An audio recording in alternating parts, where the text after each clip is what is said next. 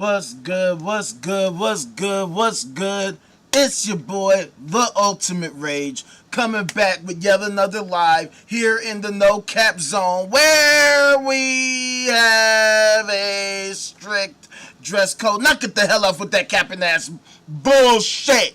The only kind of cap that we allow around these parts is your thinking cap. Otherwise, you gotta move the fuck around. Get your stupid ass the fuck off my shit. Okay, because around here, all we care about are the facts, the truth, the data, the information, statistics, evidence. You know, things that can actually be demonstrated in real life. You know, like in real time, while we're actually alive and while we're sane and of sound mind. Because otherwise, I have no idea what the fuck these loonies are out here talking about. And to tell you the truth, they don't know what the hell they're talking about. Which is why we gotta talk about it, alright? So, hit that like, hit that subscribe, turn on notifications, share every fucking where. You know what I'm saying? Hit up the website, off9.com. Come through and join the greatest Discord that humanity has ever seen. The Discord that's going to be ground zero, that is ground zero, for changing and transforming the world, okay? So, as we always talk about in this bitch, what in the fuck are we doing? Yeah, I know. A lot of y'all might think that I'm a bit foul-mouthed and I'm so dirty and nasty. Well, get the fuck off my shit. This ain't for no pussy-ass, punk-ass bitches that can't handle a little fucking profanity, okay? We care about the truth. So here, we care about the fucking, like, uncensored truth. Because everybody out here is so measured and so PC. You know, everybody's so normal and they're using all of these personal terms, using all of these universal terms that don't offend anyone. Well, fuck that shit. If you get offended, great. I'm not here to be a bitch ass friend. I'm here to tell you how the fuck it is. Either you fuck with the truth or you can shut the fuck up and get the fuck out of my fucking goddamn fucking face. Get out of my face. I don't care. I don't care if it makes you feel good, if it don't, if you like it or you don't. I'm not here about your fucking feelings. I'm here about the facts, data, information, statistics. I thought I already went over that. So anyway, what the hell are we doing, fam? Let's just cut the shit.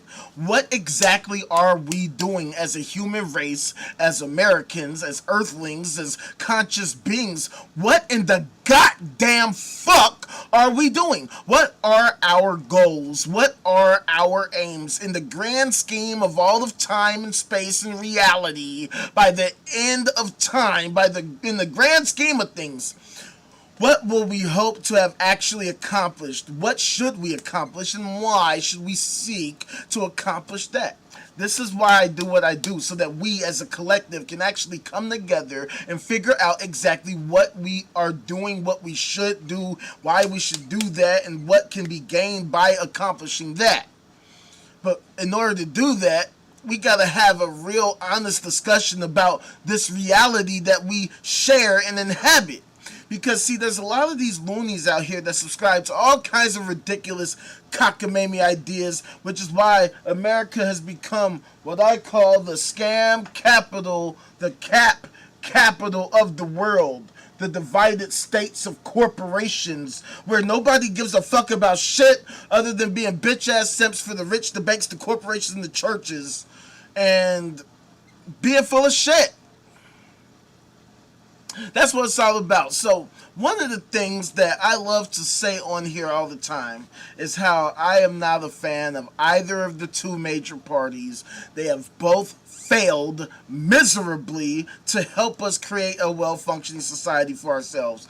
I don't like to split hairs and say, well, this party is like 2% better than that party, because in the grand scheme of things, these parties are 0% good. They're full of shit. They're garbage. They're trash. They're insufficient. In fact, I shouldn't say that they're insufficient. They're insufficient only in regards to helping us create a well-functioning society for ourselves. But what do we mean by a well-functioning society? What is a well-functioning society? What would that look like? Okay, so this is the stuff that I always talk about. Okay, so what I'm all about is trying to create a well-functioning society. But in order for us to do that, we have to actually understand what it means. What does a well-functioning society look like? What is a well-functioning society? So according to Google, a well-functioning society is a stable, adaptive system where institutions, laws, and social norms reliably meet people's basic needs, maintain public safety, and manage internal conflicts. It thrives on mutual trust, the rule of law, shared responsibilities, and cooperation among its members.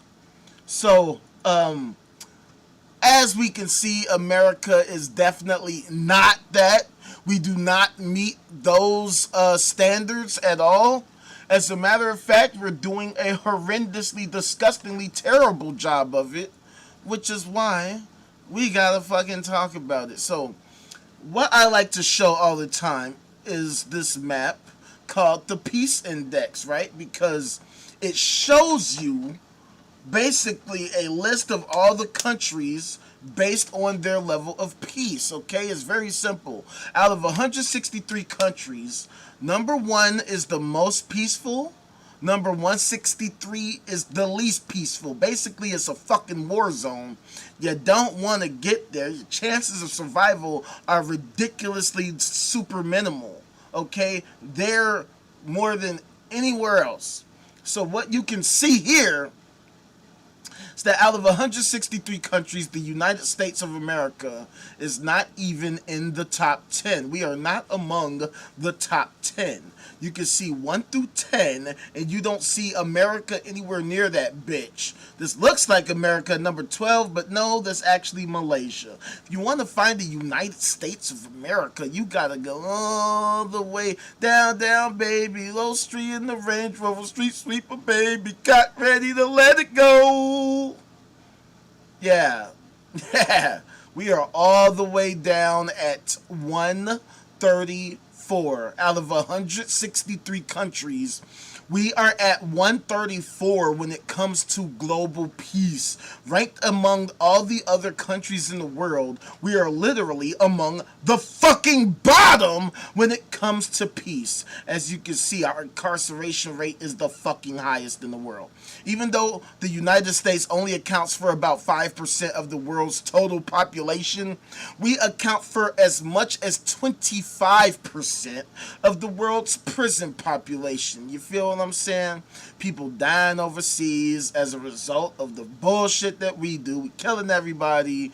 We got all the bombs. We dropping all the bombs. We're the only country in the world that's ever actually used a nuclear bomb against others, right? But we're so worried about all these other countries gaining nuclear weapons and shit like that. And I just don't understand it. How can we consider ourselves a well-functioning society if, when we are compared to not even like some super duper special nation, but just other nations, just all the other nations, we rank among the bottom based on these metrics that have been gathered by the organization that puts this together? How can we be so low? But most importantly, why is this not being talked about? Why is this not being promoted on all the mainstream news media outlets? Why is this not something that is being promoted, that is being discussed on the major level by the fucking leaders of our society? You know, the ones that care about the state of affairs, the ones whose jobs it is to ensure that we're like higher than 134. I mean, we can't even set the bar low for these fuckers because they don't care about bars. Okay? Unless they have guns. They don't care about bars unless they have guns, unless there's all kinds of conflict occurring, because that means somebody, some entity, some industry is going to get fucking paid. And that is at the core of the issue of our society, this hyper-capitalist garbage. Because at the end of the day, America has become what I call a hyper-capitalist, plutocratic, oligarchical, kakistocratic, kleptocratic, gerontocratic, theocratic, idiocratic, craziocratic, mediocratic, techno-feudalist corporatocracy. Let me put that in plain English for you. Our country is being run by a bunch of rich, old, corrupt, unqualified, imbecilic, buffoonish, thieving ass, conniving ass, stupid ass, dumb ass, idiotic ass, crazy ass Jesus freaks who don't know shit about fuck other than being bitch ass simps for the rich, the banks, the corporations, and the churches, stealing all the resources from us. They've created these hyper efficient resource extraction mechanisms, corporations, banks, churches, the ones I just talked about, right? And then they give us all these bullshit excuses as to why everything is so fucking mediocre and suboptimal. No, you don't understand. We don't want to make too many crazy changes too soon, right? That could destabilize our society. We need to have gradual improvements, which means no improvement at all. And this is what we have to live with as a society. You know what I'm saying? So it doesn't matter which of the two major parties have been in office. Democrat, Republican, Republican, Democrat, Democrat, Republican, Republican, Democrat. They all failed in all these different ways. And then we wonder why we can't ever actually win. We don't even know what winning looks like. We don't have any set standard as to what winning looks like. I just showed you a basic standard, having a well-functioning society, a stable, adaptive system where institutions, laws, and social norms reliably meet people's basic needs, maintain public safety, and manage internal conflicts. So, yeah, we fail miserably at this, and this is something that has become par for the course, which is why I do what I do. Because at the end of the day, those that have the means, that have the resources, the manpower, that have the reach, the connectivity, the fan base, all of that shit, they are not doing this. They are failing miserably to do this. It's like they're not even trying to do this. All the mainstream news media organizations that exist, and none of them talk about any of this shit at all. I mean, at all. They don't even bother to try. I wonder why. Well, here's part of the reason why. The Illuminati, ladies and gentlemen. The Illuminati. Y'all probably never heard of them. But yes, this is the Illuminati right here in front of your face. All these brands, all connected by this one organization. The World Federation of Advertisers. Now, I know this might not look like the Illuminati to most people. This might look like some nice, beautiful website, this corporate structure, this just one. Look at the graphics, y'all. Look at these beautiful, wonderful graphics. Oh my God, they look so beautiful and amazing. Yeah. That's called marketing, fam. That's how marketing works. That's literally how it works. Give you the appearance of something that's super special, that's super smooth, that's super technical, that's super like on another level. Yeah.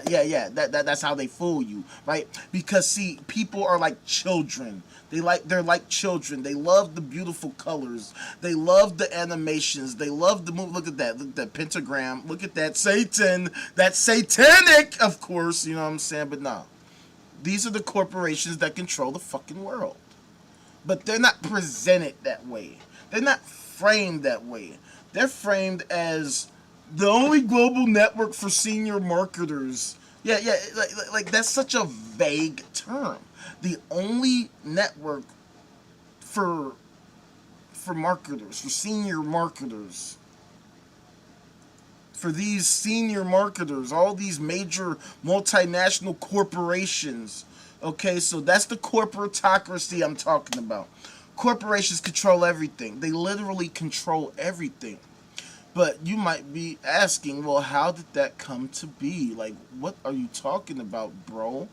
How could these corporations control everything? Well, there's this book called Digital Media Law. Hold on. Let me show you. Let me show you something.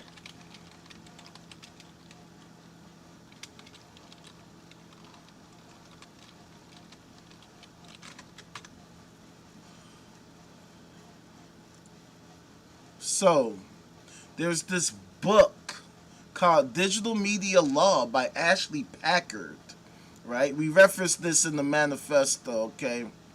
It is a book, a comprehensive textbook that explores U.S. legal systems, freedom of expression, copyright, and internal regulations, addressing modern issues like net neutrality, file sharing, and online privacy. Okay, Digital Media Law by Ashley Packard. So check it out, right? So, one of the things that Packard mentions in the book is how it's been straight up documented that media has been super concentrated as a result of the Telecommunications Act of 1996, okay, which allowed companies like Google, Facebook, Meta, Amazon, blah blah blah blah. You know, the big tech companies, yeah. Apple, Microsoft, all those fuckers. They control about 95% of digital information discovery and distribution. She basically reveals how vertical integration across content creation, distribution, and discovery creates unprecedented power to shape information availability. In other words, your fucking algorithm, your feed. These companies control what you see and what you don't. So they could give you the idea or the framing as if, oh, this video, this creator is just doing such a great job, but at the end of the day, it's all artificial because the companies, they control who gets to have a voice and who doesn't, who gets discovered, who doesn't, who gains reach and who doesn't, and who gets shut the fuck down. And the worst part about it is because these companies are basically their own independent platforms, they're not governed like government, right? They're not like, oh, regulations that ensure that these fuckers don't do all of these horrible fucking things, that they don't engage in what are called dark patterns, which are these cheap tactics to keep you stuck on their fucking platform, looking at bullshit ass, garbage ass content that provides zero substance to your life. And, you know, keep you stuck on there, like, you know, or preventing you from canceling your account, canceling subscriptions, making it difficult to navigate your fucking account, your account information, to find the cancel button, all that good shit. This is exactly what capitalism brings to our society. So, there's another book, right? Called Digital Disconnect by Robert McChesney. Let me show you that.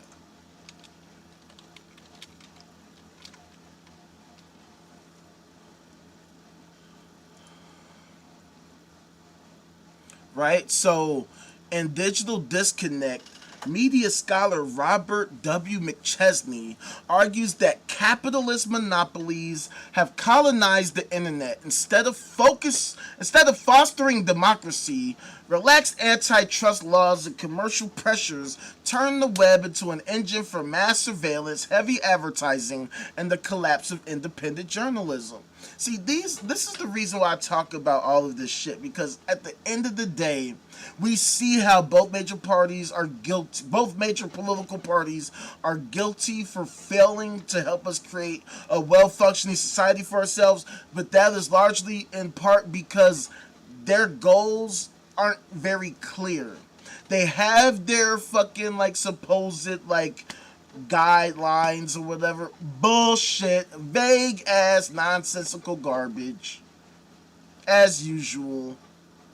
And so me talking about this shit basically puts all of this shit on blast, because I was on TikTok growing my fan base super duper quickly and was basically forced off of there because we started experiencing extreme censorship for this very exercise that we're doing. Literally talking about facts, data, information, statistics, me presenting it to you in front of you, showing you so that you can understand what I'm talking about, so we can be on the same page, so motherfuckers can't try to say, oh, you don't know what you're talking about, you're just making up to. No, I show you.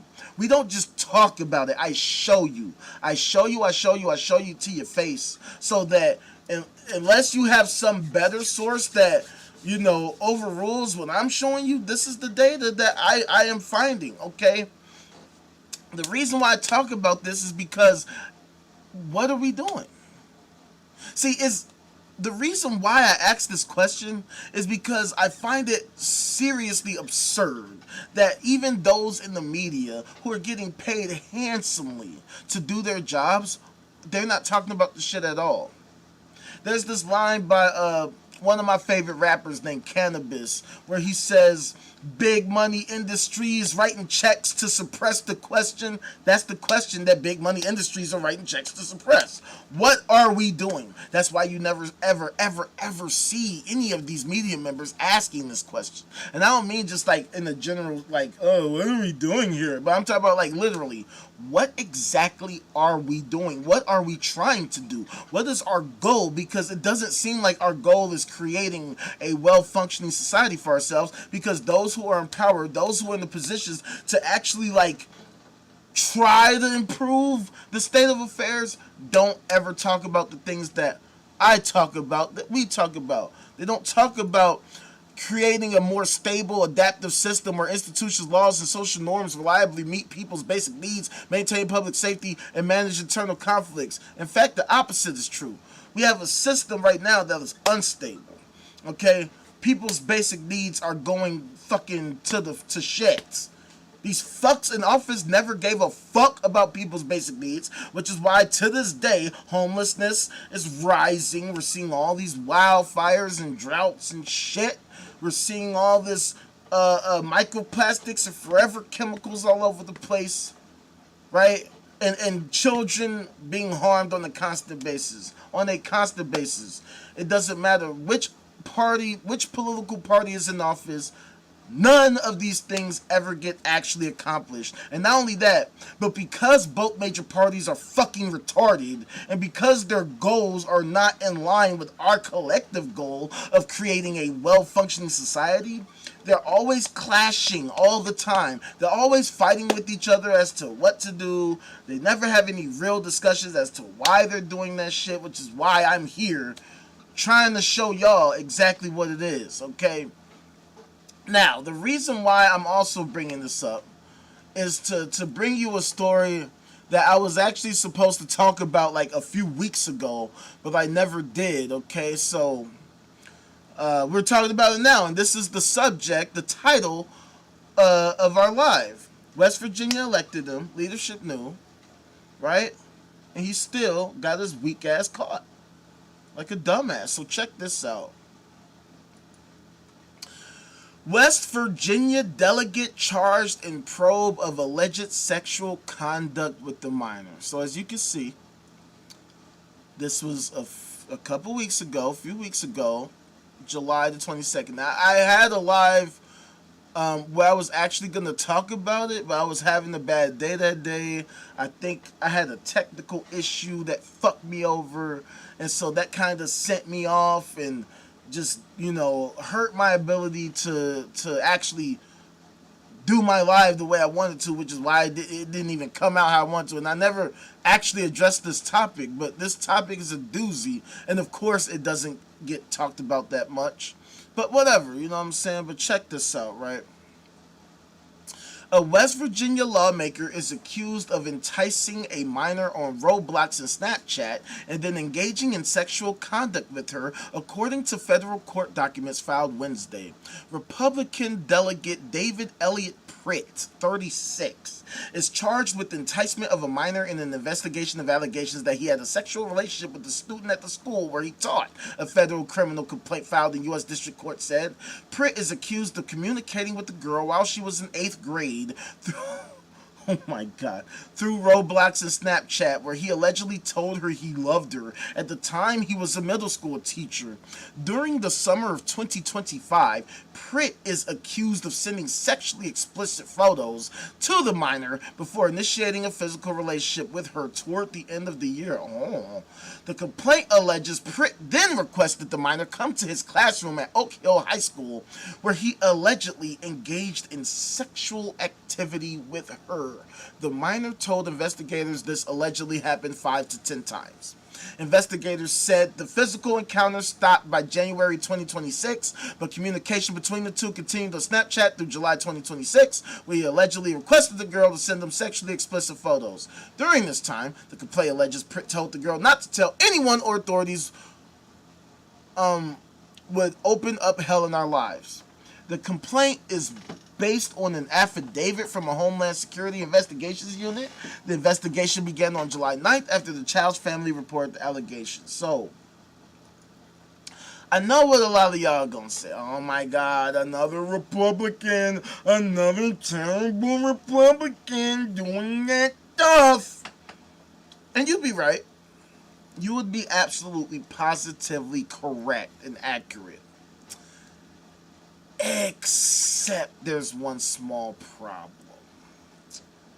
Because, see, the article goes on to say, Pritt has represented Fayette County in District 50 of the House of Delegates since 2022. He was initially elected as a Democrat and changed his affiliation in 2023. Yeah, so he basically decided to switch parties. So he was originally a Democrat. So, as you can see, his past organizational affiliations have included the West Virginia Mountain Party, SEC, Socialist Party USA Anti-War Commission, and Veterans for Peace. So, I don't understand it. Like, I don't know if this guy is just a troll, if he is experiencing a psychological regression of some kind, or what is going on. Yeah, I honestly don't really know what's going on with this guy.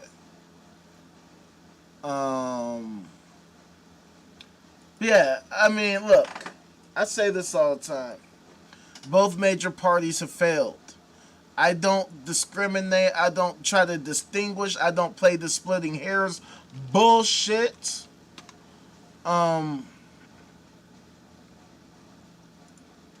We just stick with the fact that their ideology doesn't comport with reality. Okay, here we go. It's working now. I don't know what the fuck was going on, but it's working now. Yeah, it says right here on the West Virginia Legislature.gov website, he's Roman Catholic. So yeah, I mean, so as I state all the time, Catholics do a horrible job of demonstrating that they're actually morally superior to anyone, because they're such miserable fucking failures. Miserable failures at actually demonstrating their claims. They can't show us that they actually have great morals, because we're always seeing them get caught up in these types of stories on a regular basis. Different cities, states, even countries. It doesn't matter. At the end of the day, these weirdos can't stop touching the kids. They just can't. There's no possible way that these fucking weirdos can ever show us that they have higher standards, that they have moral standards, that they're morally superior to anybody. So here's an example of what I'm talking about. Check this story out. This is from about a week ago. So this is from Arizona's Family, azfamily.com, a CBS affiliate. Why sex assault survivors often seek justice outside criminal court. Valley woman is one of 20 young life survivors to settle sexual misconduct and retaliation case. Note the date, note the date. This was about a week ago. And it looks like there's a video. Let's see if it works. Investigates here at 6 o'clock justice for sex abuse survivors. A Valley woman is one of 20 who just settled a 6-year federal civil rights sexual misconduct and retaliation case against a Christian youth mega ministry. She says she was raped by a fellow camp counselor, and Young Life Ministries cut ties with her after she reported it. We found justice for... Wow, you don't say. You don't fucking say. They cut ties with her, the victim, not the perpetrator. No. Why do that? Why cut ties with the fucking sexual fucking deviant, right? Why do that? No. Cut ties with the victim. Let's continue. Most survivors like her doesn't often come through the criminal court system.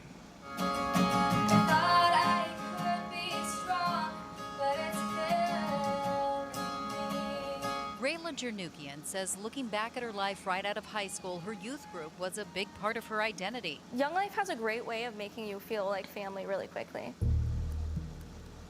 She went to sleepaway camp for 4 years, then volunteered as a Young Life counselor the summer after graduation.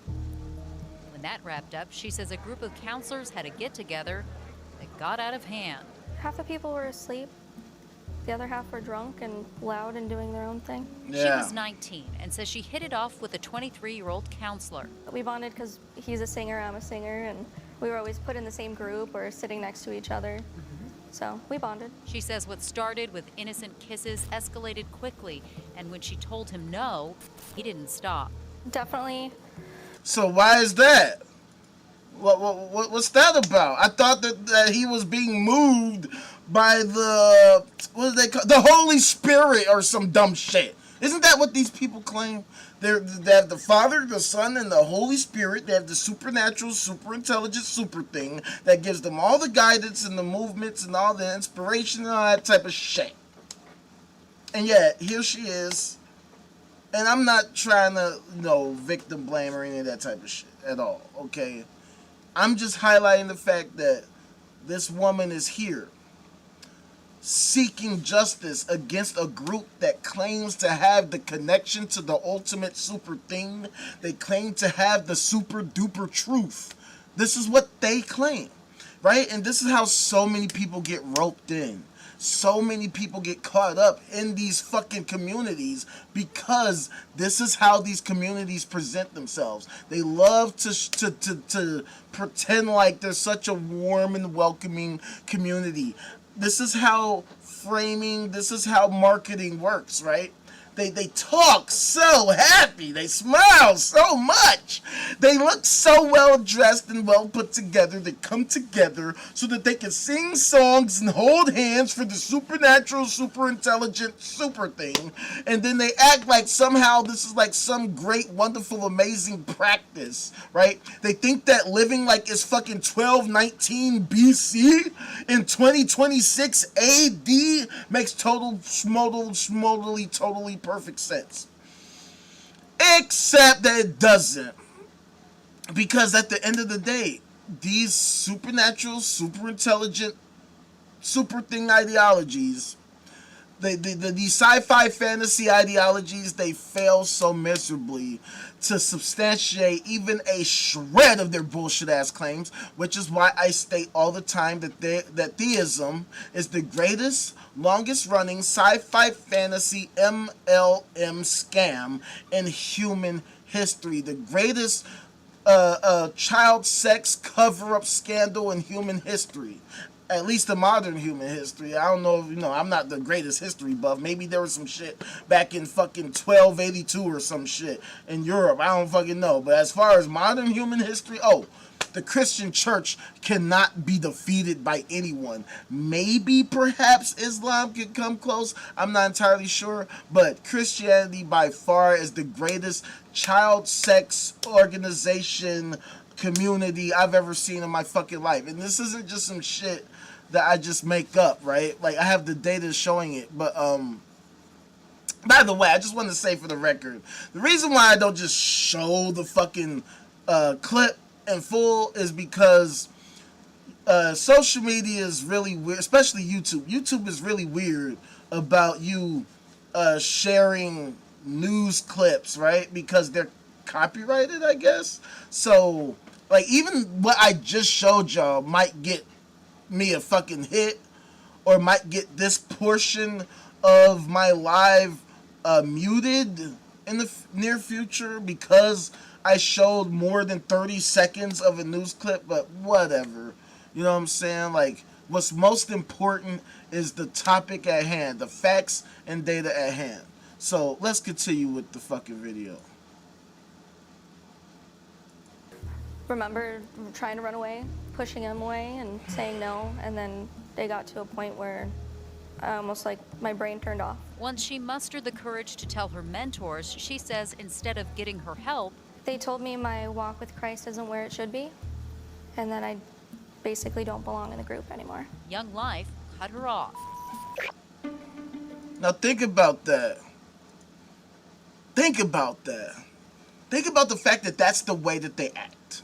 And that this isn't just some isolated incident, right? This isn't something that happens once every 24 years or some shit. This is some shit that happens once every 24 hours or so. Because we find stories from damn near every day where this shit fucking happens. Where the same type of shit occurs. Where not only this behavior occurs, but motherfuckers, minor fuckers as I like to call them, will go out of their way to try to cover up these stories and protect the actual abusers instead of the victims, okay? This is why I show these stories on a constant basis. Because they don't stop, okay? They don't stop. Think about the fact that I did a live 2 days ago and I didn't see this story. Okay, because I would have showed it 2 days ago. This is a story from a week ago, but the fact of the matter is that these stories don't ever stop.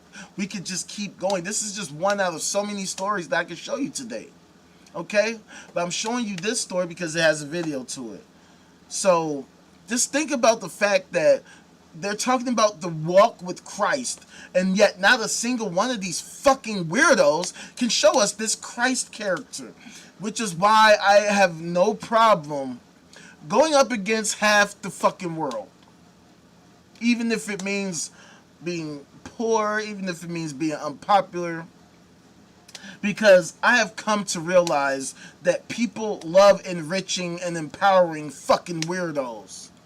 That they'll talk like they're objectively against this type of behavior, but in practice, not only do they support it, but they will help the fucking perpetrators get away with it. They provide cover for a lot of these fucking weirdos, which is why it's so fucking hard.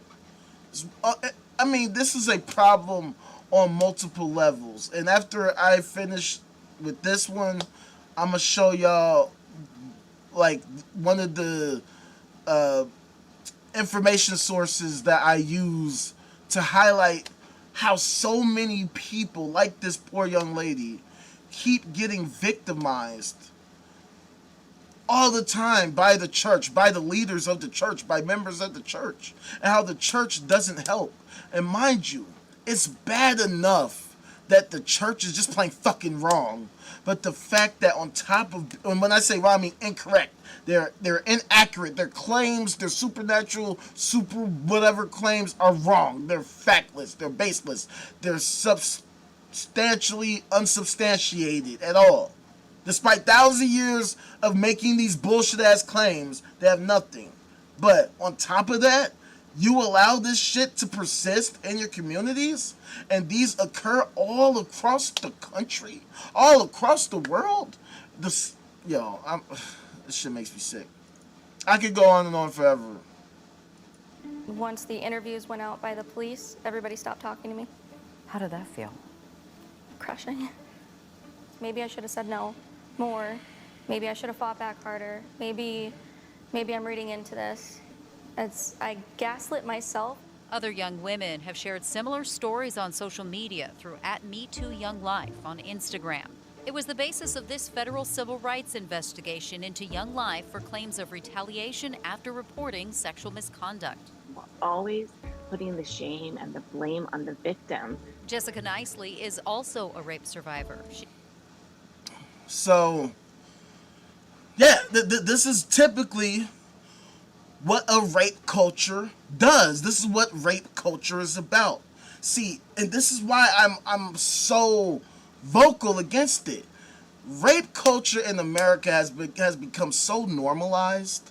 It's honestly unreal, especially because it has been normalized under the guise of serving the Lord.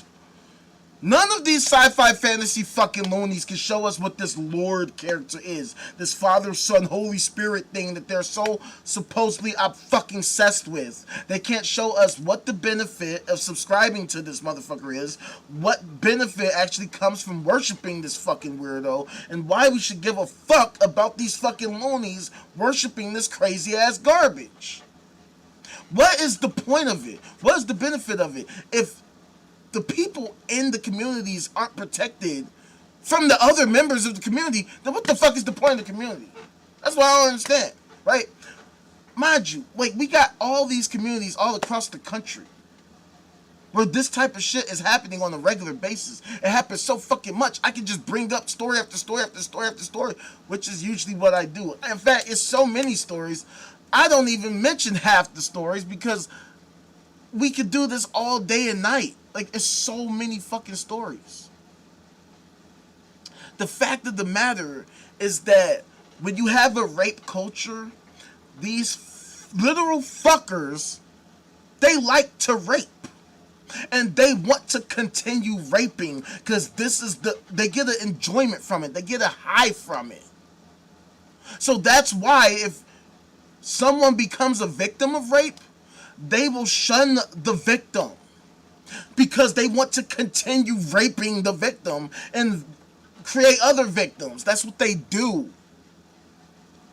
And it's so crazy because these rapists have such a stranglehold on our society in every facet, from the actors and the fucking influencers and the artists and the musicians and the fucking people in government. I'm talking about everybody who's everybody is part of this fucking gang. The most evil gang in the history of humanity, but they act like it's such an amazingly positive gang. They act like this is such a wonderful ideology to support because of some fucking crazy shit. And I used to be a part of this ideology too. And I had no idea that any of this shit was going on. And of course, if I had known that this type of shit was going on, I would never, ever, ever, ever, ever have even thought about being a part of such an organization. And it's so crazy to me because the very thing that got me to ultimately reject this organization was a passage in their lore that basically advocating for child murder and infanticide. Which is so ironic because there's so many conservatives that are against abortion, but in their book, the Lord itself is cool with killing kids and babies. So anyway, you know, we mention that all the time because it's so preposterous to me. But it just sucks to me how these organizations, this particular criminal organization, Christianity, because I'm basically saying the whole shit is dirty. The whole shit. Because they have the resources. They really wanted to stamp this shit out, to actually like eradicate a lot of this type of behavior, if that's what they really wanted to do. It's not. That's why it doesn't happen. That's why there's so many of these stories that we could come up with and that we usually do come up with. I could go on forever, but let's just get back to this video.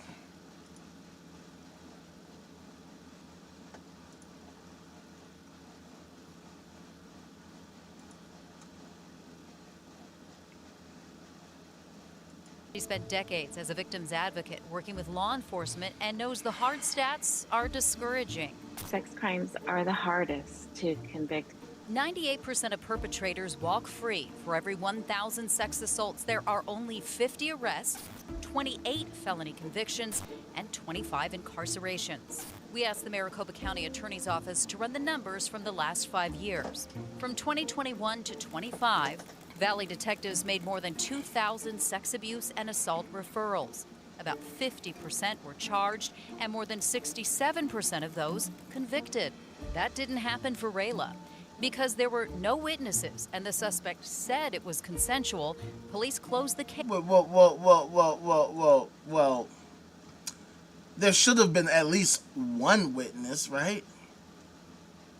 Shouldn't there be at least one witness in all of these cases? See, this is exactly why theism is sick. Because according to them, there's this thing called the Lord, right?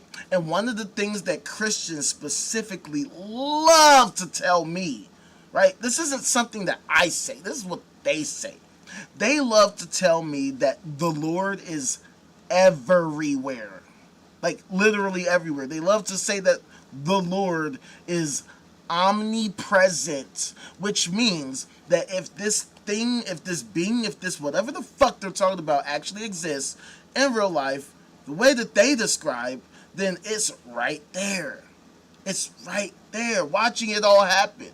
Which means if these people have this super duper special innate ability to interact with the supernatural, super intelligent, super thing, then they should be able to extract this information from the super intelligent super thing. Because otherwise, what the fuck is the point of it? And what the fuck is the point of these people telling me, oh no, the Lord is everywhere, man. The Lord is everywhere. If it's everywhere, then where the fuck is it? And why, if this Lord is so fucking special, right? One of the other terms they love to ascribe to this Lord thing is that it's omnipotent, right? Which basically means that it's fully capable within reason, right? It can't violate logical, it can't violate logic. It can't, create a paradox, like, the Lord can't create something so heavy that he himself can't lift it, type shit. You know what I'm saying? So, at least that's what they like to say.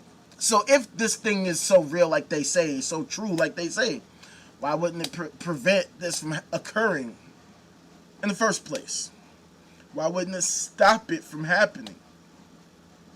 Or stop it while it's happening? I don't understand it. So, anywho. As he said, she said. And if somebody would have just said, I believe you, they could have changed everything.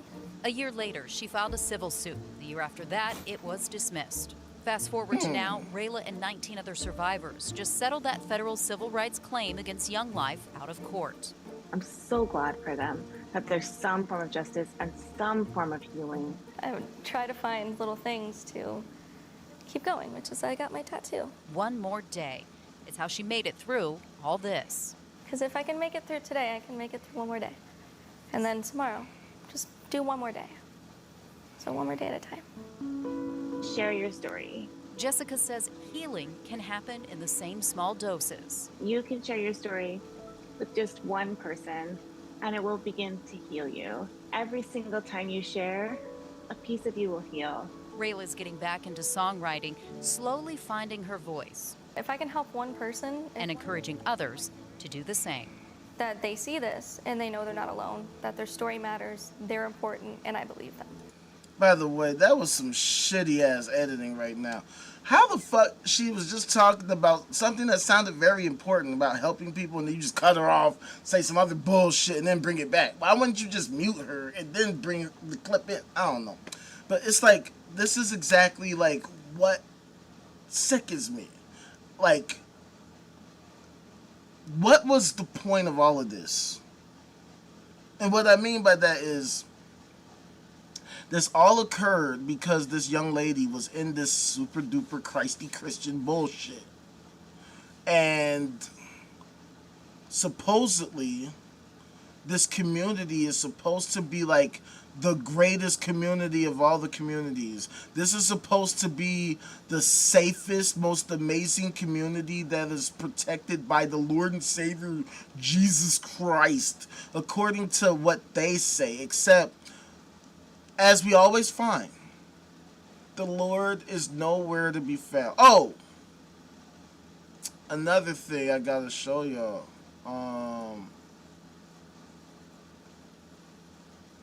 me see if I can bring it up. Because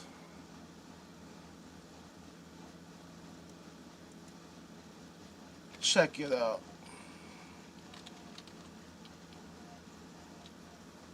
Now, mind you, this story is in Arizona. Okay? azfamily.com, Arizona's family. So I want y'all to keep that in mind with what I'm about to show you. Because this is the same state that shields clergy confessions. Justices rule that church leaders can't be forced to report abuse disclosed in confessions. So think about that. Think about that. Okay? Think about that. Before I get to it, check this out. Check what it says right here.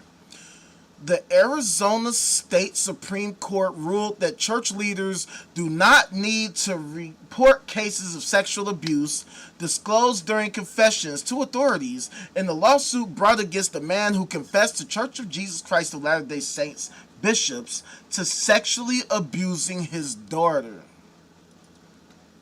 What the fuck, bro? Think about that. Now think about these two things. Think about these two stories. That sex assault survivors often seek justice outside criminal court, and it just so happens that this story is about a woman who had to settle a 6-year sexual misconduct and retaliation case against a Christian youth mega ministry, and it just so happens that in the same state, not that long ago, literally like a few days ago, this article was released about how a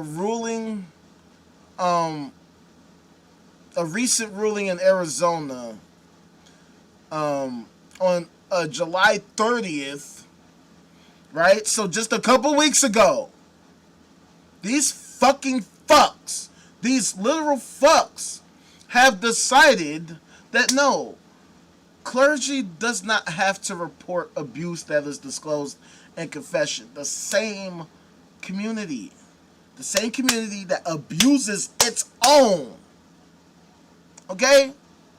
The same community, the Christian community, right, where members of the community are violated by other members of their community, including leaders. The leaders of this community don't have to report abuse. So, what is the fucking point? Why would I want to be part of a group that won't even promise that they would protect me from them? Right? Like, I find it very strange that when it comes to Christianity, they always want to point to the devil. They always want to talk about Satan and why Satan is so evil, maniacal, and terrible and horrible. Because Satan this and Satan that, and oh my goodness, Satan, Satan, Satan. Except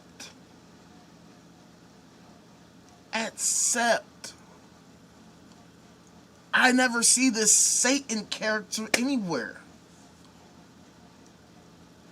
At all. You know what I see? I see Christians. I see fucking Christians. Literal fucking Christians. Prosecutors. Evidence shows child sex abuse at hands of former teacher coach. Note the time. This is from fucking yesterday by Jocelyn Flower in Providence, Rhode Island. It says, new evidence cited by prosecutors could point to possible sexual abuse and addiction of victims in the federal case against the former Barrington Christian Academy teacher accused of grooming a teenage student, according to court documents obtained by 12 News. Sean Cassidy, 53, was arraigned before Magistrate Judge Patricia A. Sullivan last Tuesday on charges of coercion and enticement of a minor and false impersonation of a federal employee. The judge initially ordered his release under certain conditions. Why the fuck would you do that? I don't know. Whatever. However, Prosecutors immediately objected, thank goodness for you prosecutors, and asked the judge to stay the release order for 48 hours while they sought further review. The judge granted the request and Cassidy remained detained. And in the motion filed August 7th, prosecutors argued that the new material information warranted reopening the detention hearing or alternatively revoking Sullivan's order releasing Cassidy, which is a great idea.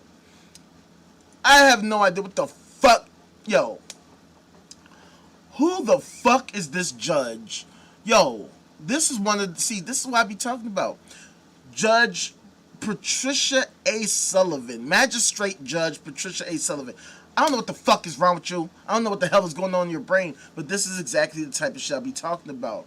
These are the types of things that keep occurring throughout our society, where these people obtain these positions of leadership, and then they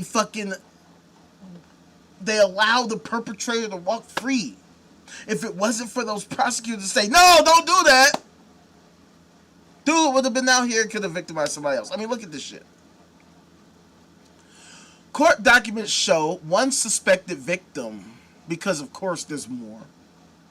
One suspected victim told investigators that between 2020 and 2021, when she was 14 years old, Cassidy said he had connections in the modeling industry with companies like Victoria's Secret and could help her take photos at his house. She claimed Cassidy gave her a weed gummy in the car and later gifted her bathing suits and lingerie. Cassidy also allegedly told the victim he worked with Ariana Grande and gave her a body mist he claimed was from the famous singer. According to prosecutors, the victim thought Cassidy was recording her while she was changing after he instructed her to try on the bikinis and lingerie. Like, come on, fam. This is the type of shit that sickens me, bro. And this is the type of shit that happens in the name of the Lord. Oh shit, there's a video. Troubles continue to mount.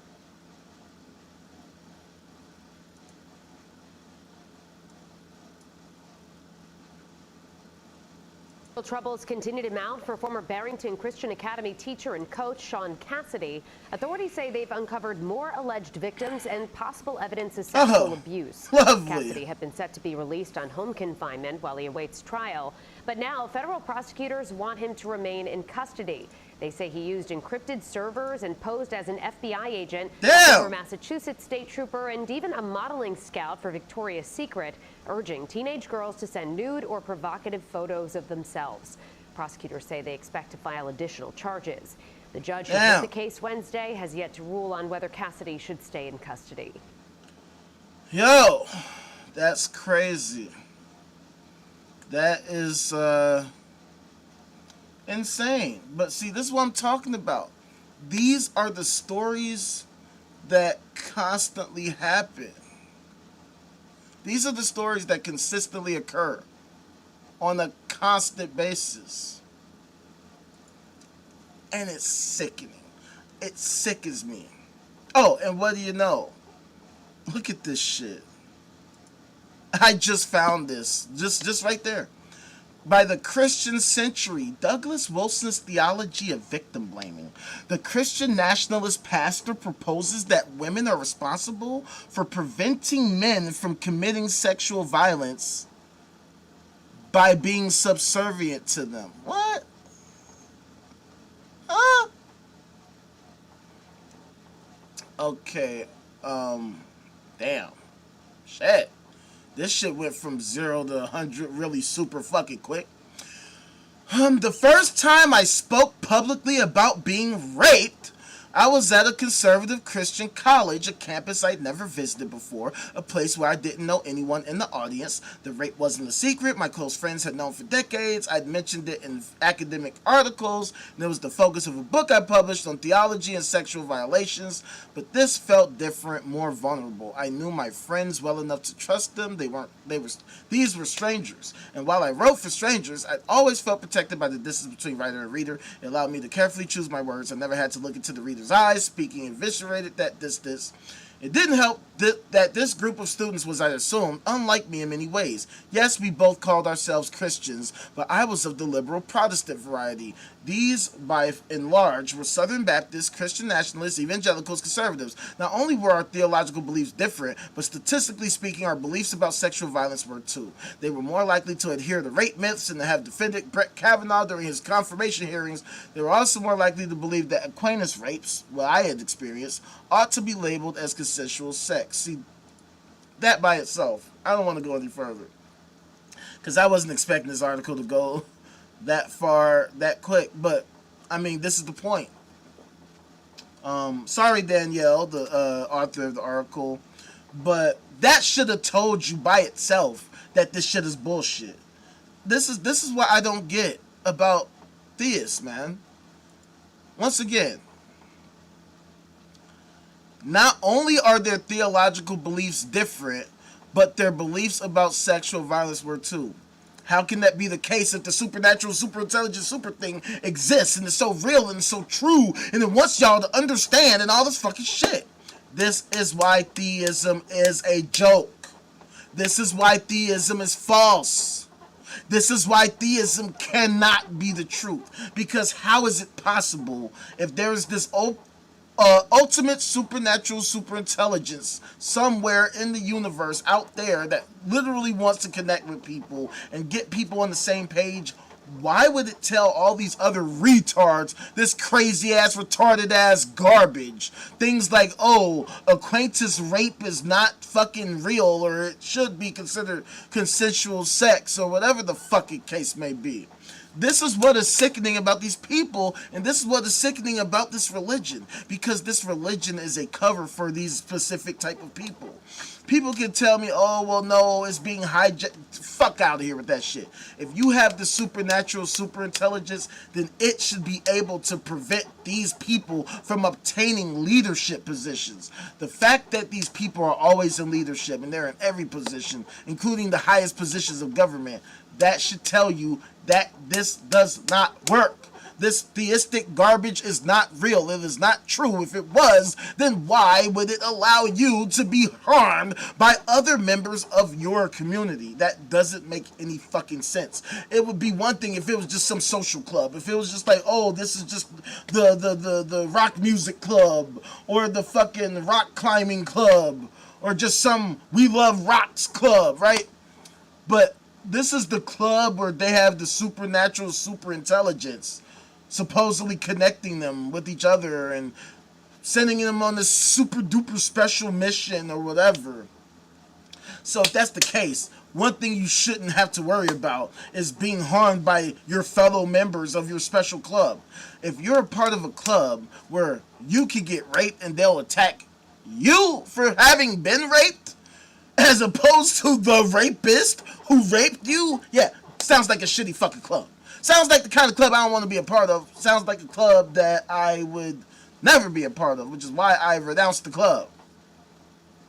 Because when I've read because I've read this passage before, but like when you're reading the Bible as a Christian and you're already in on it, you just accept whatever you read. You don't even read it objectively. You're not reading it analytically. You're just reading it as a fucking person who believes it because you want to believe it, and thus you're just going to accept whatever it is, and whatever is there, you're going to rationalize it however the fuck you want to accept it. But when for me, I can only speak for me. I can't speak for anybody else, but I have been challenged by other atheists like me, drilling me on my beliefs and asking, okay, well, what about this and what about that? And if this and that and that and this, then how come that and this and that?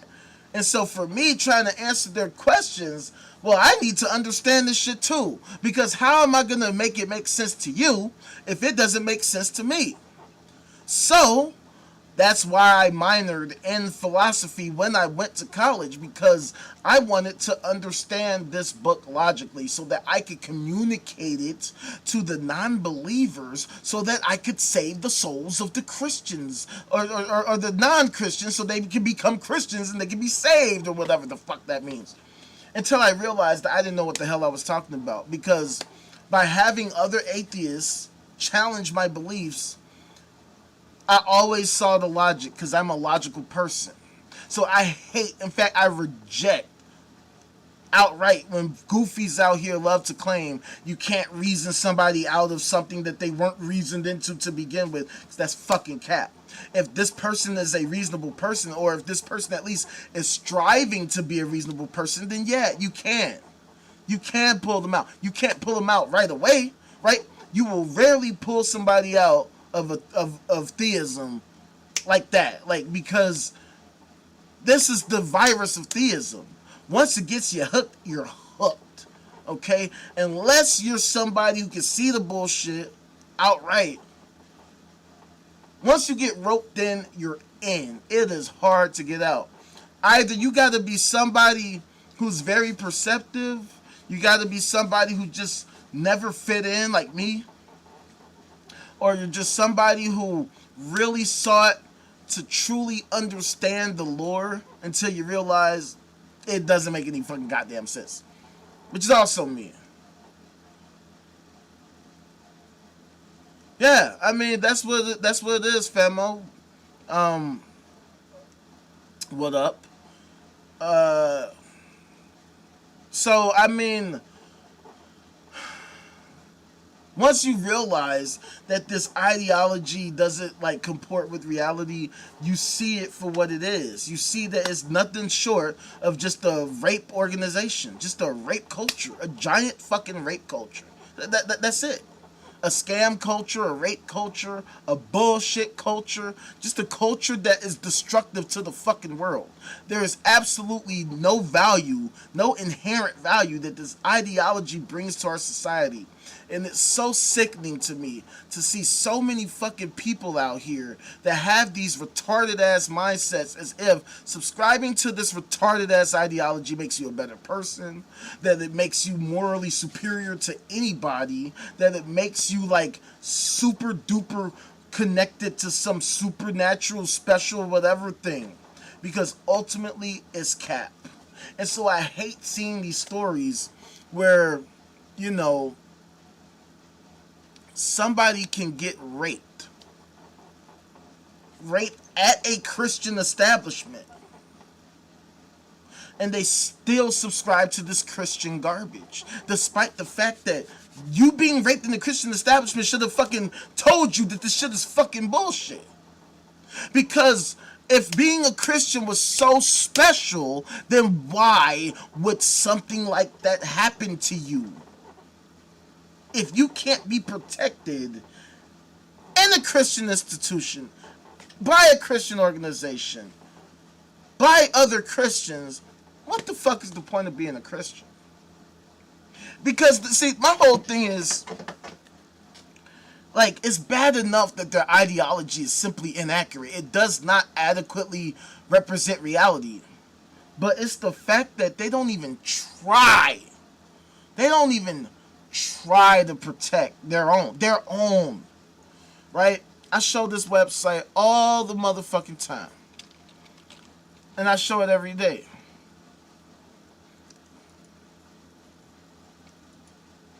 NotInOurChurch.com. Our mission is to help churches become unattractive environments for predatory abusers by putting awareness, prevention, and healing resources in one place. We do the research and share the resources. The person who wrote this is also a survivor of pastoral, emotional, and sexual abuse. And yet this person still is trying so hard to change an organization that doesn't want to be changed. See, to me, this is where victim blaming becomes important. It's not so much blaming a victim for having become a victim. It's blaming a victim that still supports the victimizers, that still supports, that still, like, encourages the victimizers for failing to see the forest for the trees. You are supposed to be a part of this super special super group, right? These are the saved people who supposedly are going to the super duper happy-go-lucky place after you die or whatever. First of all, why can't you be in a super duper happy place while you're alive? Why can't we make the world a super duper happy place? If your thing is so super duper, why would it want to wait till after you fucking die? That should have been the key tell right there, that this is the greatest scam ever. That, oh no, everything here sucks, but when you die, you're gonna somehow be transported to the super duper, super happy-go-lucky, super duper oasis place. You're gonna have a super duper big mansion. You're gonna have all this stuff. You're gonna have a land flowing of milk and honey, whatever the fuck that means. And everything's gonna be hunky-dory. But you just have to suffer and suffer and suffer and suffer right now, right? While you're alive, while we keep taking all of your checks. We just keep taking and taking and taking your checks. But we're gonna promise you that one day, if you don't get it on Earth, you're gonna get it somewhere out there, somewhere in this vague somewhere out there place. Anyway, give us your money, get the fuck out of our faces. This is what this has become. This is a scam organization. It is a rape culture, and it serves nothing. It serves nobody. It helps nothing. That's why I always ask, what the fuck is the point of this shit?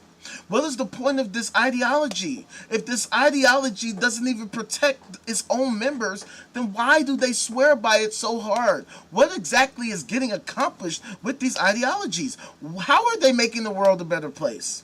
Because a nation, I mean, think about the fact that I always show y'all how low America is on the Global Peace Index, right? And even though violent crime isn't super high, I wish they had at least a subsection for rape and shit like that, and how it's so rampant in our society. It's so rampant. It's so rampant that we could talk about it all day, every day, just for this fucking one demographic. But it just so happens that this demographic is the demographic that does it the most. Christianity is literally the greatest rape culture I've ever seen in my fucking life, right? Because see, this is the big issue that I have with this page and pages like it, right? It says right here, I am a survivor of pastoral emotional and sexual abuse. Yes, my pastor, an elder of our church, and my boss was an abuser. As a result, my husband and I began to study pastoral abuse and to follow social media and news reports on what seemed like a growing number of other pastoral abuse tragedies worldwide. So many churches of all denominations are impacted by abuse involving children, teens, and adults. So many pastors are not taking responsibility. So many elders are protecting the institution and not taking care of the sheep. That right there should tell you something about this organization, about this community. That right there, just with that.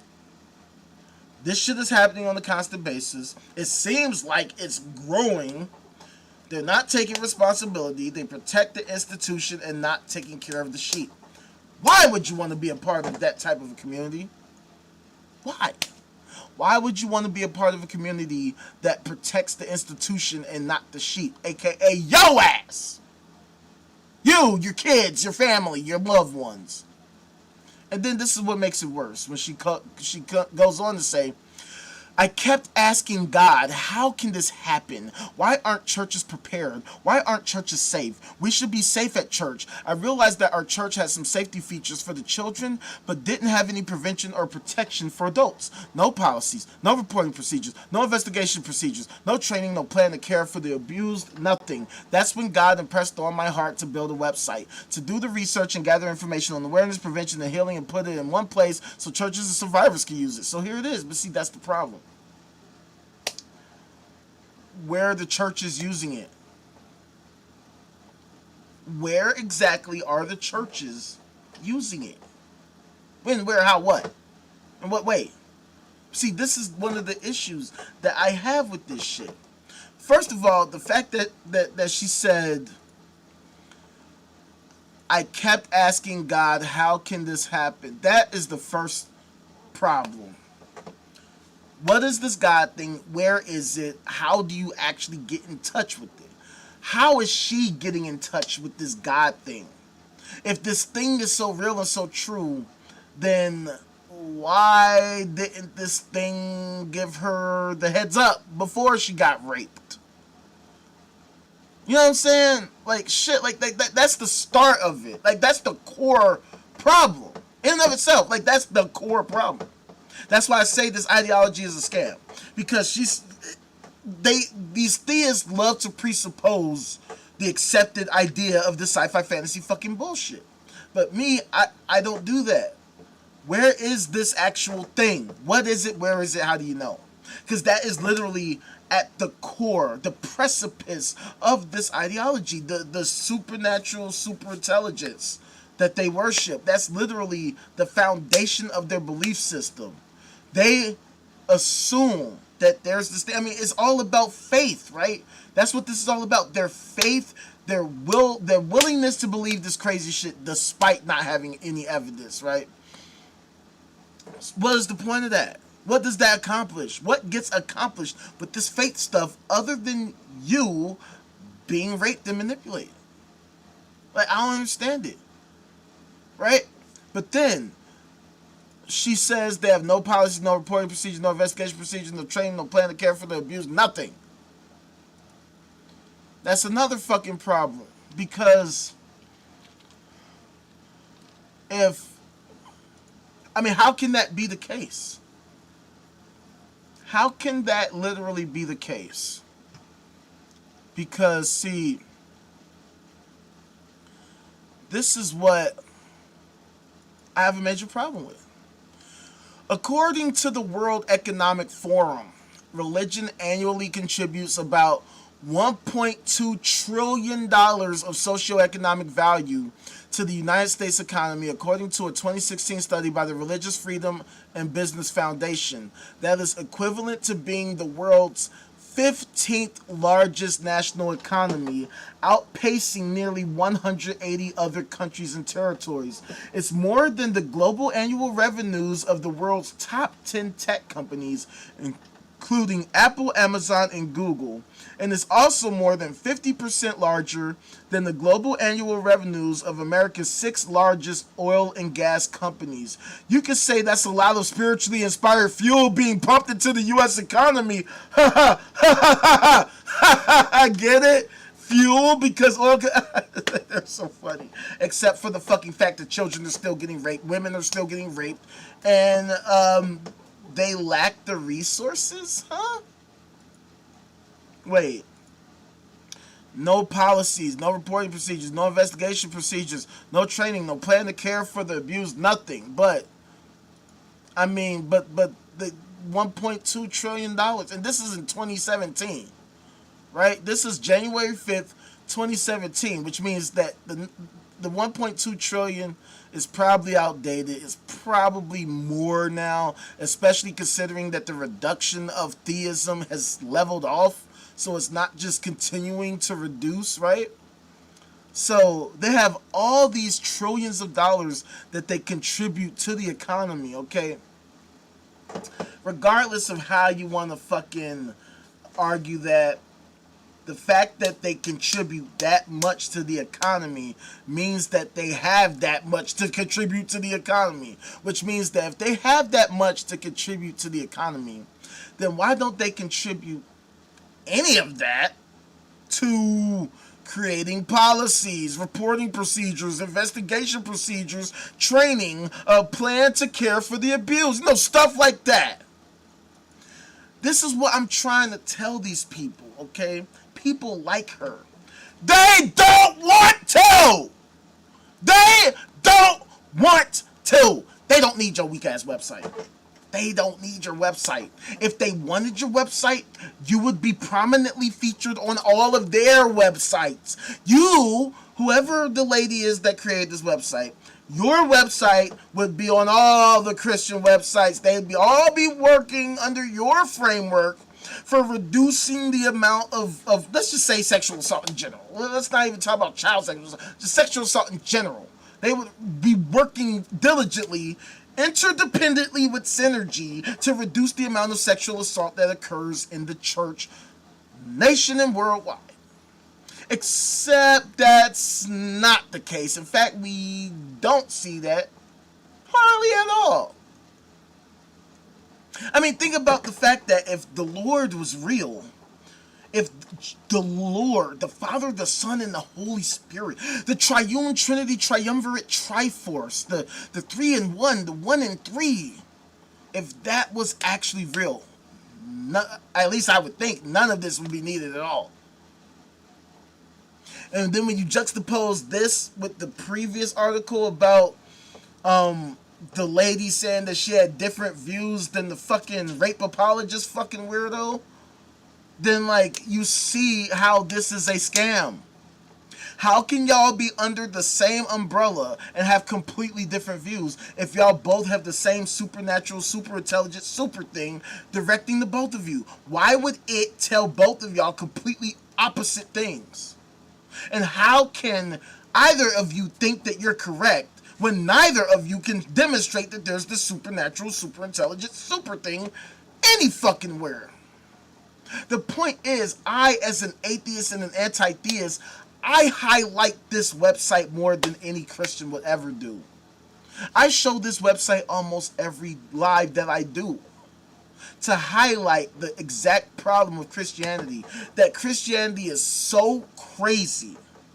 It renders people so delusional that they think that they can reform Christianity.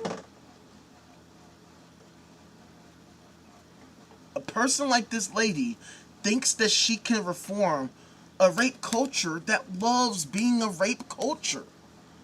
You can't reform rapists. Not with currently available techniques and medicines and therapies, because if you could, you would. Maybe, I don't know. They get mad a lot. The mere fact that I do what I do is what triggers them to begin with. They can't stand.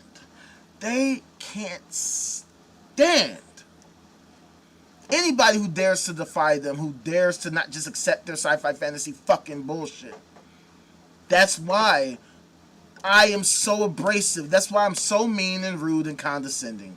Because somebody has to be. Because these sci-fi fantasy nut jobs love to fucking say their crazy tar talk unopposed on every fucking platform. I don't give them that satisfaction.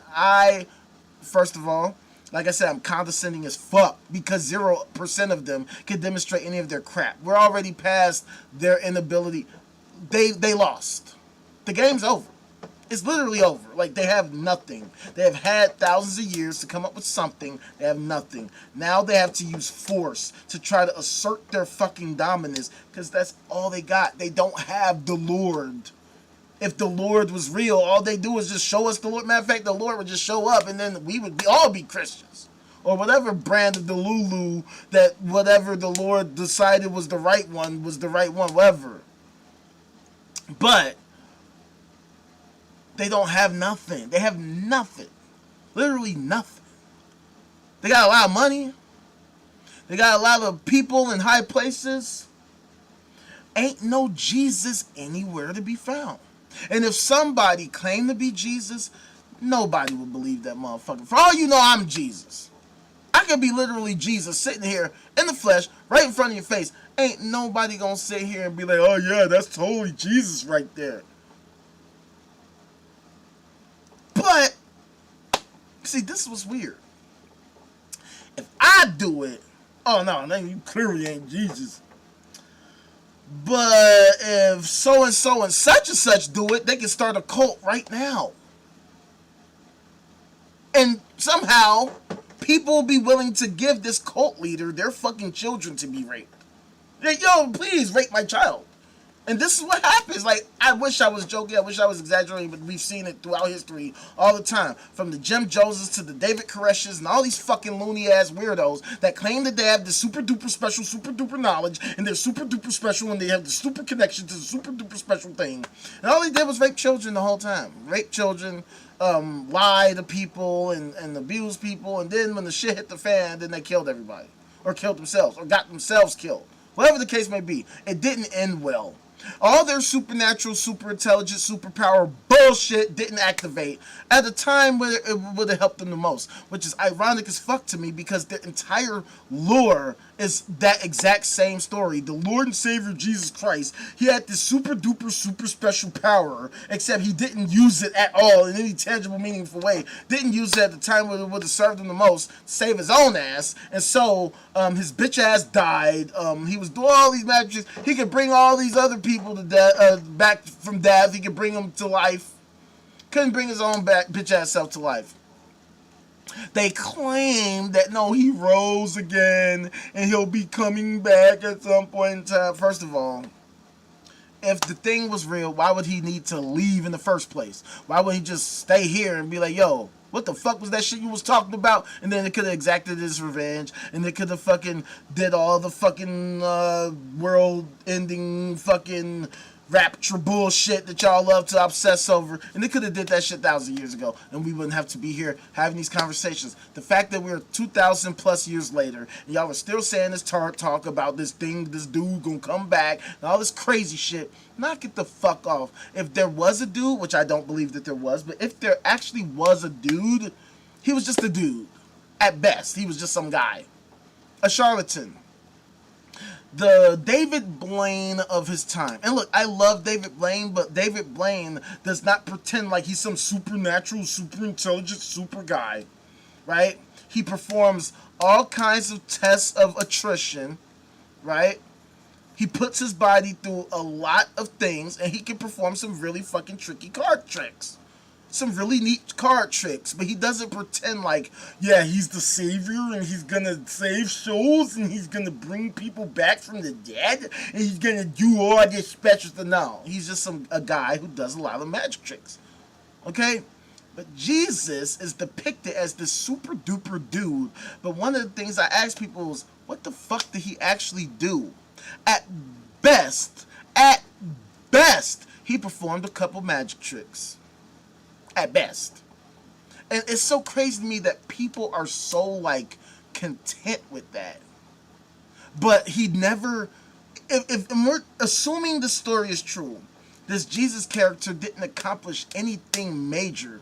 He didn't solve any major world issue. He didn't provide people with any true insight. He didn't provide people with blueprints for technologies that would solve their direct issues right then and there. He did none of that. He just said a bunch of fucking woo-ass shit. Apparently, allegedly performed a few magic tricks. And got his dumb ass killed. And that's the end, basically.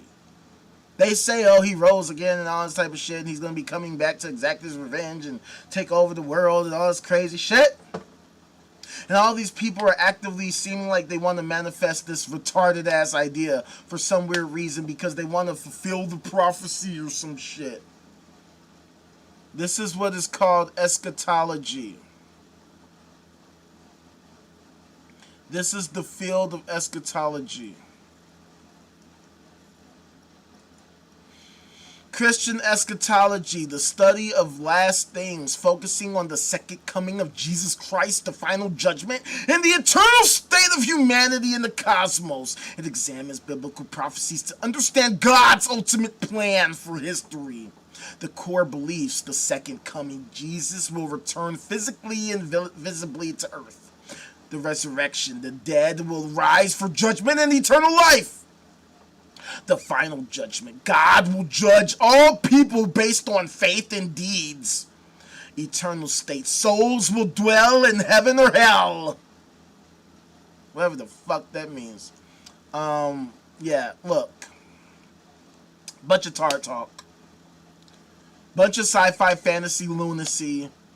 A bunch of goofies out here just asserting a bunch of baseless, useless nonsense that accomplish what? I don't understand it. What is the point of this shit? That's why I always ask theists, where is the Lord? Where is it? Where is it? What is it? Where is it? How do you know? What is your evidence? Show us your fucking detection methodology. Show us your communication methodology. If this thing is real, show us that it is real. In real life. Right now. Today. Here. Show us how you reach that conclusion. Don't just tell me, well, because I my faith. That's not good enough. Because you can have faith in anything. You can have faith that this fucking lighter is going to morph into a magic dragon. You can have faith on anything. So what the fuck is the point of faith? What is so special about having faith in this crap? What does it actually accomplish? Nothing. Literally nothing. So this is what I call This is what I refer to as the eschatological great filter scenario. So check this out. Long story short, where are the aliens? We got billions of galaxies, billions of stars in each galaxy, and 1.6 planets per star. Who knows how many moons? The universe is 13.8 billion years in existence. In that time, there should be at least some other civilization came up like us, surpassed us, became a super duper civilization that we can see with our currently available technology, except there isn't. We don't see it. Why don't we see it? One of the reasons that has been proposed as to why we don't see clear-cut concrete signs of aliens is what's called the Great Filter. The idea that something happens that prevents civilizations like ours from becoming super duper to the point where we build spaceships and megastructures that can be easily seen throughout the galaxy if other civilizations had our currently available technology. If they had some kind of a fucking goddamn telescope and were looking our way, if we were building major infrastructure, they'd be able to see it if they had the line of sight, you know, because these are things that don't occur naturally. These are not things that occur in some form of natural phenomena, right? It's like you can see a fucking glimmer of water maybe from another planet, right? They have methods of detecting different elements on different planets, but in order to detect something that's not that, they'd have to see something substantial, something that gave unmistakable proof that this is not something that's just some natural occurring phenomenon, that this is actually some other civilization doing intentional stuff, and we're seeing it with our own eyes. We don't see that, and the reason why is the reason why it's called the Great Filter Hypothesis. I mean, there's plenty of other ideas as to why this is the case, right? Like there's the Silurian hypothesis, there's the rare earth, all these different ideas as to why we don't see aliens. But the one I focus on that's relevant to us is what's called the Great Filter Hypothesis. The idea that something prevents such civilizations from advancing to higher levels to where we are building megastructures. Because there's the idea that the filter could be in the past or it could be in the future. And my fear is that it's in the future, that something will stop us, cold hard stop us from reaching higher levels.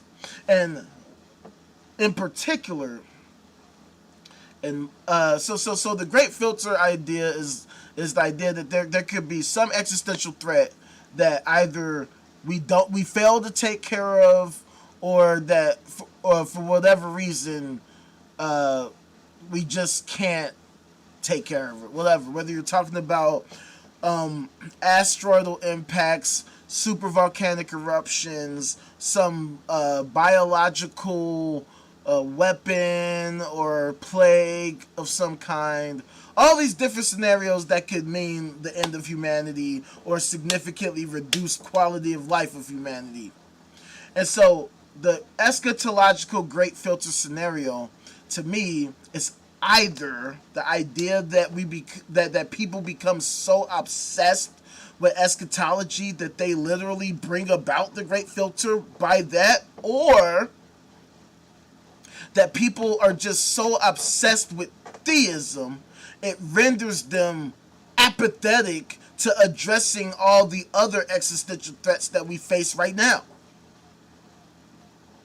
And considering the state of affairs right now, that seems to be the most likely scenario, to me at least. I could be wrong, but considering how apathetic theists are concerning the issues of the world, they pay lip service to a lot of these things. Hell, some of them might even run organizations that might address some of these different issues. But the fact of the matter is that as a whole organization, as a whole ideology, Christians by and large do not seem to give a fuck about anything existential. If anything, They love existential threats because to them, existential threats means the return of the Lord and Savior Jesus Christ and the fulfillment of their retarded ass prophecy. Which is why I do what I do and say the things that I say and say it the way that I say it. I say it so condescendingly because it should be. Because the shit is lunacy. It's crazy. It's retarded. And that's why I say the word. I say it intentionally because I want them to be offended. I want them to be offended, but I want them to be offended not because, oh, I'm just trying to offend them to be mean, but to highlight the fact that we as people don't have a baseline for sanity, which has been the core issue of humanity this entire time. We have no idea of what a perfectly rational mind would look like because we're not rational people. People are largely retarded.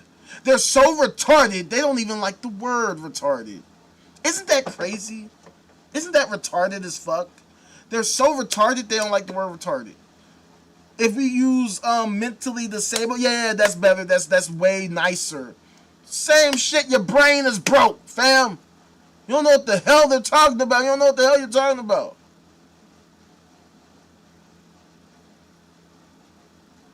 Yeah. Yeah, exactly. I mean, because one of the biggest issues of life is death. I know, crazy, right? Like we don't like the concept of dying. We don't like the concept of it's all over and then we're just in the ether. It just all ends. Like, we don't like that idea. We're so scared of that idea. We'll just make up some better idea or an idea we think is better that gives us comfort. So, the idea is, well, fuck that. Fuck comfort. Because ultimately, that comfort isn't actually comforting. Because until we actually figure out how to not die, we're still gonna fucking die. Your sci-fi fantasy bullshit is not going to stop death from occurring. It's not gonna stop death from happening. Death is going to happen regardless. We have to actively seek to overcome death if that's what we want to do. Hoping that we go to some magical fairy tale land where we'll live eternally and forever and ever after. That's lunacy. Because there's no demonstration that we exist in any other form outside of reality. All these claims of these sci-fi fantasy ideologies, they have no demonstration of any experience outside of reality. That's why when theists try to hit me with the God is outside of space and time, I have no idea what the hell they mean by that. They might think that that's some cool shit to say, some reasonable shit to say. It's retarded. We haven't demonstrated that there's a such thing as outside of space and time. There could be. Perhaps there is. Perhaps there is. But the fact of the matter is we haven't demonstrated that yet. We haven't demonstrated that there actually exists an outside of space and time, that there's a superverse, a multiverse, an omniverse, a simulation, the E8 ladders, or some other fucking crazy shit that we never even considered. So the fact that these people can sit here and say that there's some other world, some other existence out there, how? They haven't demonstrated at all. They have provided literally zero evidence, zero tangible evidence of any kind that exists any evidence that there's some other form of existence that we just somehow magically transform into and that we somehow get transported to the super duper magical, super duper happy-go-lucky land where we can just be and then exist and all that type of shit. Because I don't know what these people are talking about. All we know for sure is here right now. The reality that we inhabit right now this second. As far as we know, we are here. We're alive. We think, therefore we are. All that solipsism shit can move around because we can't do nothing with that. We can't do nothing with solipsism. Just like how we can't do nothing with theism. These fucking isms are bullshit. That's why I subscribe to atheism, and specifically Gnostic atheism. Gnostic atheism is the most logically, intellectually sound position to have, period. Because at the end of the day, we have the scientific method now. We have logic now. Okay? Like, when it comes to the word Gnostic, right? Gnosticism has to deal with the things that we know. And we already settled how that word works everywhere else except here. Okay? So, I know that there's no pink elephant in this room. I know my keys aren't in the fridge behind me. I know ain't no unicorns around this motherfucker. Nobody demands the logical impossibility before I say I know any of those things, right? They don't say that shit. Well, how do you know? How do you know ain't no elephant in the bag? Shut your stupid ass the fuck up. However,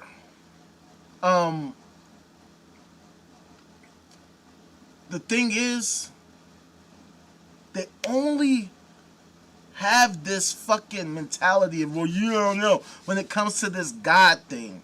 It's just one giant special pleading fallacy. If we talk about the Loch Ness Monster, Bigfoot,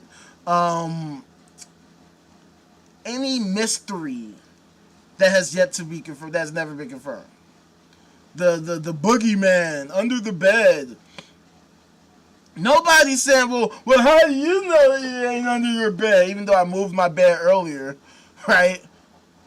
Could confirm wasn't no boogeyman under my bed. Looked all around, swept under it, all that type of shit. But when it comes to this God shit, these fuckers will go to all the lengths to try to argue that, well, how do you know there's not, but it could be, you never know. But you can say that about anything. Literally. How do you know the light's not on? Can you prove it's not? Can you prove it's not? Can you prove it's not? But can you prove that it's not, though? Can you prove that it's not, though? Don't you understand my faith? But that's the thing. Nobody has that same standard for anywhere else.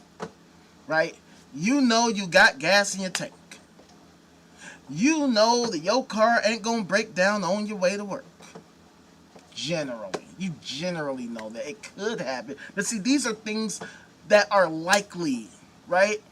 But when you have this claim, this supernatural claim that 0 people could demonstrate, it's a fucking goddamn joke. Because billions of people, it's not like, oh, it's just a couple people, it's the small subset of society. No, it's like the extreme, overwhelming majority of society that subscribe to this idea. And none of them can demonstrate this idea to be true, no matter how hard they want to argue, no matter how hard they want to try to say shit. They have nothing. And they never will. They can't. They can't. And so one of the things I like showing y'all is actual mathematics and statistics. So check it out.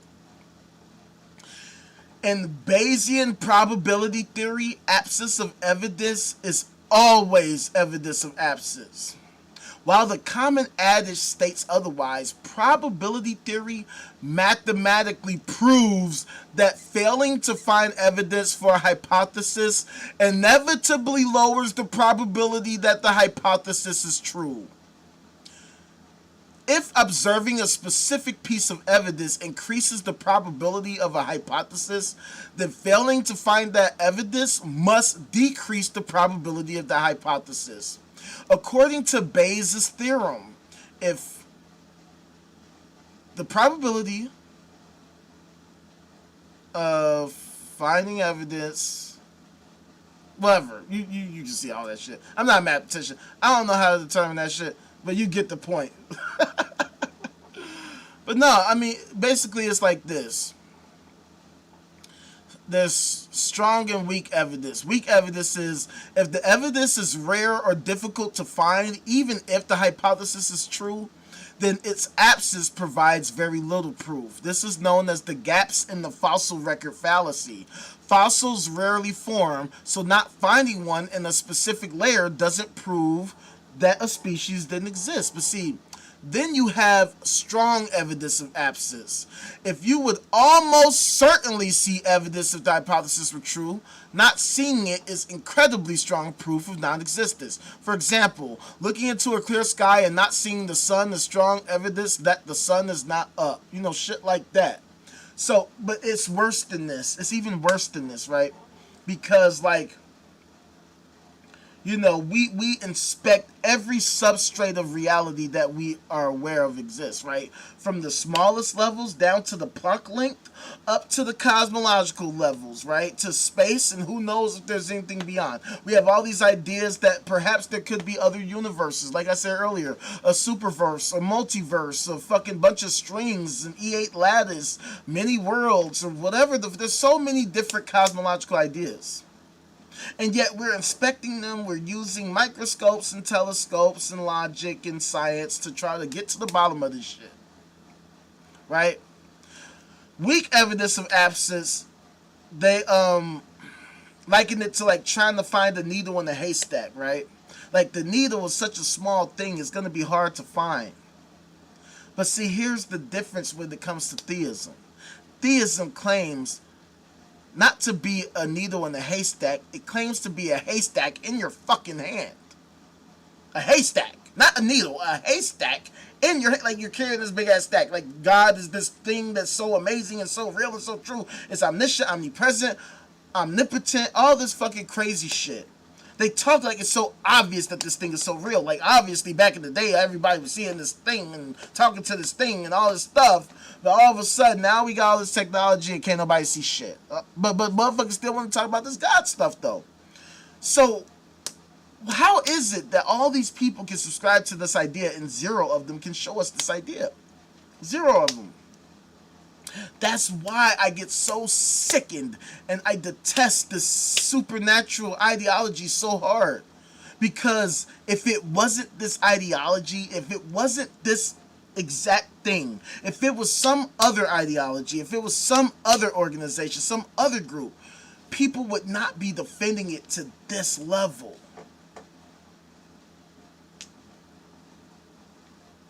How can we find it to this level?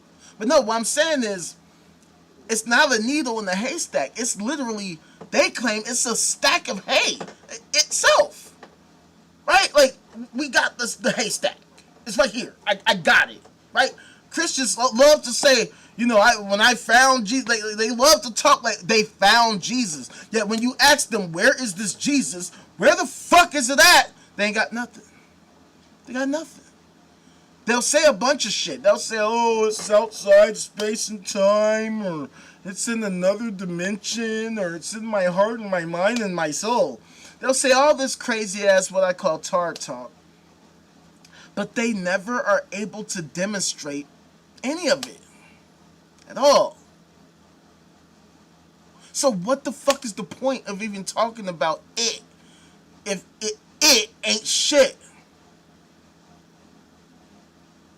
That's why I don't get it. And so this is the reason why I have a major problem with agnostic atheists as well.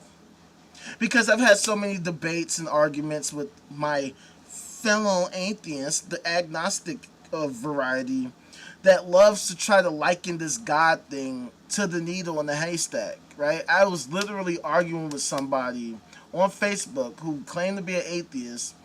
And I mentioned to them, look, we got we got the James Webb Space Telescope at the L2 Lagrange point right now, discovering some of the oldest fucking galaxies that we never thought could possibly exist. It ain't detected no God stuff nowhere. And so the dude tried to argue with me, well, isn't it like a needle in the haystack? We haven't discovered every single planet and star and galaxy, so how could we say that? And I'm just like, I blocked dude, because ain't no point in talking to dude. I'm like, fam, these theists don't talk like this thing is just some small needle in a haystack. They talk about it like it's ever present. Like, it's literally right there in front of their faces. Like, it interacts directly with them. Like, it's so real and so true and everywhere. I mean, hundreds of millions of Americans subscribe to this idea. Hundreds of millions. They all think, or at least a lot of them think, that they talk to this thing, that this thing interacts with them, it inspires them, it engages them, it informs them, it motivates them, it demotivates, all this fucking shit. Right? But none of these people can ever demonstrate it. And none of these people can demonstrate the actual use of this shit. They never show us why this shit is so fucking special. And then when we start talking about all this rape, all of a sudden now weird shit starts happening. Now all of a sudden we can't talk. Now all of a sudden they want to shut down. Now all of a sudden they want to start making bullshit ass excuses. Meanwhile, the Lord still can't be reached for comment at all. And it's so weird how all these people will say the Lord said this, the Lord did that, the Lord wants this, the Lord wants that. You know, God doesn't like ugly. God don't make mistakes. God this, God that. Even according to their own Lord. According to their own Lord. Yeah, apparently the Lord does love ugly. And he makes a hell of a lot of mistakes. According to their own Lord. So what the hell are they talking about? Well, it's the point of this shit. And it's not even so much that it makes mistakes, but it's the fact that what the fuck is it trying to do? If it's so real and so true, where is it at and what is it trying to do? This is why theism is a fucking joke. Because there is no thing. Like, we're already past that point. They have nothing. They have no idea how to even begin to demonstrate their fucking bullshit. I can't tell you how many times I've had theists come at me, especially on TikTok. When I've been on TikTok, when I was doing my thing on there, I got so many theists that came at me. How am I supposed to prove it to you? How can I show you? I'm like, what the fuck? That's a you problem, fam. You're the one trying to convince me. So you figure it out. Hey, why don't you ask the Lord how you can convince me? And then you should be able to come up with the best possible, most convincing evidence in the history of humanity that would make a skeptic like me be like, wow, that is absolutely positively amazing. I am hooked. I am literally won over. You got me, fam. I'm wrong. You are right. You got it. There's the Lord right there. I can't deny the Lord. It is literally right there. I was looking around, up and down. Oh, shit, there it is right there. That never happens, and it will never happen because it's not real, it's not true, and these people don't know what the fuck they're talking about. So at the end of the day, why are we listening to these people? Why are they talking to us like they know what the hell they're talking about when zero of them can demonstrate any of their crap? They've been in every position in government, from the fucking lowest levels of the aldermen and whatever to the highest levels, like our current fucking president of the United States and his whole entire cabinet and the whole entire fucking Congress damn near, and the whole damn fucking Supreme Court damn near. All these fuckers love them some Jesus, including that fucking loony we mentioned earlier, Pruitt, right? And that motherfucker, oh, well, no, not Pruitt, Pritt. His name was David Pritt. And so it's like, and the reason why we discussed that dude is because member of both parties. He won his office as a Democrat, but then became a Republican.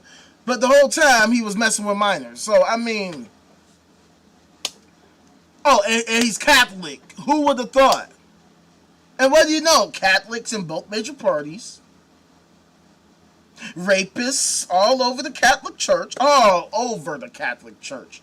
We ain't even got to get into that. But like I said earlier, billions of dollars in settlements specifically for child sex crimes, okay? Child sexual assault. Literally, specifically that. Specifically that. All over the motherfucking nation, all over the world. Getting caught spending billions of dollars in restitution. What's the fucking point? What's the point of them having their fucking fan club anyway? What's the point of being a part of their sci-fi fantasy fan club? What perks do you actually get from it? A dick in the ass? Because you can keep that shit. I mean, not that there's anything wrong with that if that's your cup of tea, right? But see, that's if you're a consenting adult. Children are not consenting adults. And yet these fuckers want to fuck the kids so fucking hard. They love fucking the children. They love raping the children. They will do everything possible to ensure that they can rape the children. That's why I get so fucking sad when I see these stories by these people like the woman that created this website, Not in Our Church, when according to her own shit, these literal fuckers are the worst of the fuckers and all the fucks.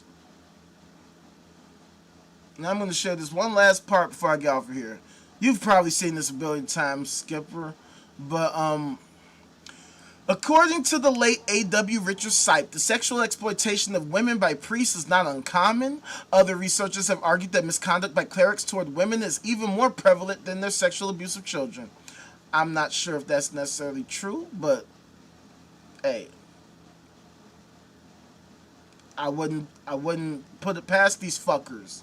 According to research cited in When Pastors Pray, a publication of the World Council of Churches, 90 to 95% of victims of clergy sexual exploitation are women. This book also cites a 1984 survey of clergy in various Protestant denominations that found that 39% admitted to having sexual contact with the congregant and 12.7% had had sexual intercourse with the congregant. But see, this is the most important part right here.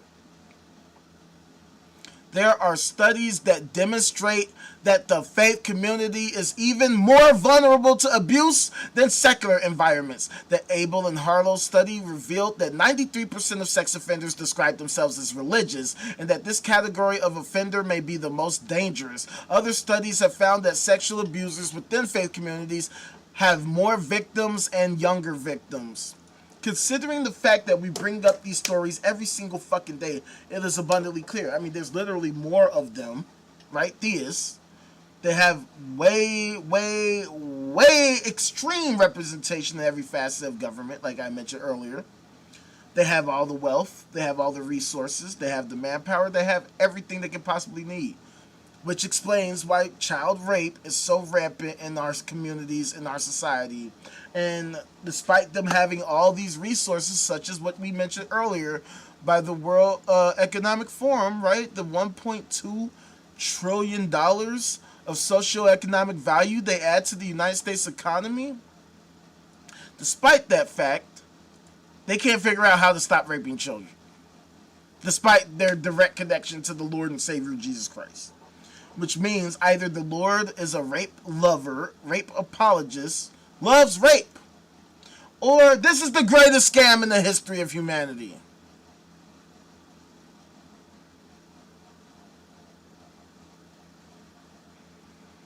Considering that there are billions of Christians and yet zero Jesus anywhere, I think it's safe to say this is a fucking scam. So stop enriching, enabling, and empowering these fucking rapists, which is what this community does.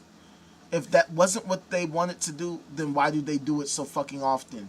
Why is it that we can fucking look this shit up and we can find story after story after story after story after story constantly? I mean, I can pull up even more stories, but I think I've made my case so far.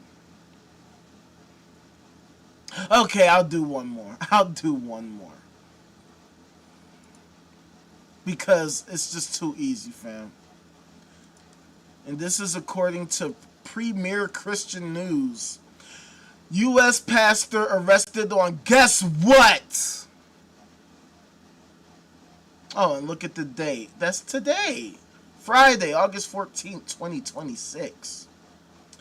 A U.S. pastor who has served churches in California has been arrested on multiple child sexual assault charges, with investigators saying there may be other alleged victims. Lino Hernandez, 41, was arrested on Wednesday after Riverside County Sheriff's deputies executed a search warrant at his home in Blythe, according to police. The investigation began in June following an allegation that a minor had been sexually assaulted. Detectives subsequently identified Hernandez as a suspect. Hernandez has served as a pastor at churches in Blythe and Indio, although authorities have not identified the congregations involved. Police have also not said whether the alleged offenses have any connection to Hernandez's work as a pastor. Spoiler alert, of course it fucking does. Look, fam. We see this shit all the time. Literally every day. even if, okay, maybe he wasn't technically using his pastoralship to abuse the minors, fam. That's beside the point. They're supposed to be the leaders. They're supposed to be the ones that the Lord, the omniscient Lord, right, handpicked, right? Or should I say called? They love to say they were called. They answered the call. Well, it looks like they hung the fuck up because apparently this shit is not stopping them at all from raping kids. So that's why I'm saying either this thing loves rape or this is the greatest scam ever. There's no other possible options, because if this shit were actually true, that would mean that the Lord is the greatest lover of rape ever, which is why it allows it to occur so fucking much. So the long and short of it is, even if theism were true, fuck theism. If this is what y'all get caught up with every fucking day, there's no point. And see, my whole thing is, it's not even so much that this shit happens. It's the fact that this organization, this ideology, loves to pretend that they have the superior moral code, that they have the accurate data and information, that they have the best morals in the history of history, and that they are the greatest fucking sci-fi fantasy fan club in the history of the world. They're fucking trash. This ideology is garbage. And the fact that people continue to support this crap is literally sickening to me, and I hate it. Because there's nothing being gained from this. Nobody is actually being helped from this, other than child rapists who are getting away with raping children. Otherwise, this ideology is inaccurate, is unsupported by the data and evidence, is unsubstantiated, is unjustified, is unverified, is unsound, is preposterous, it's literally senseless. It's not even basically logical.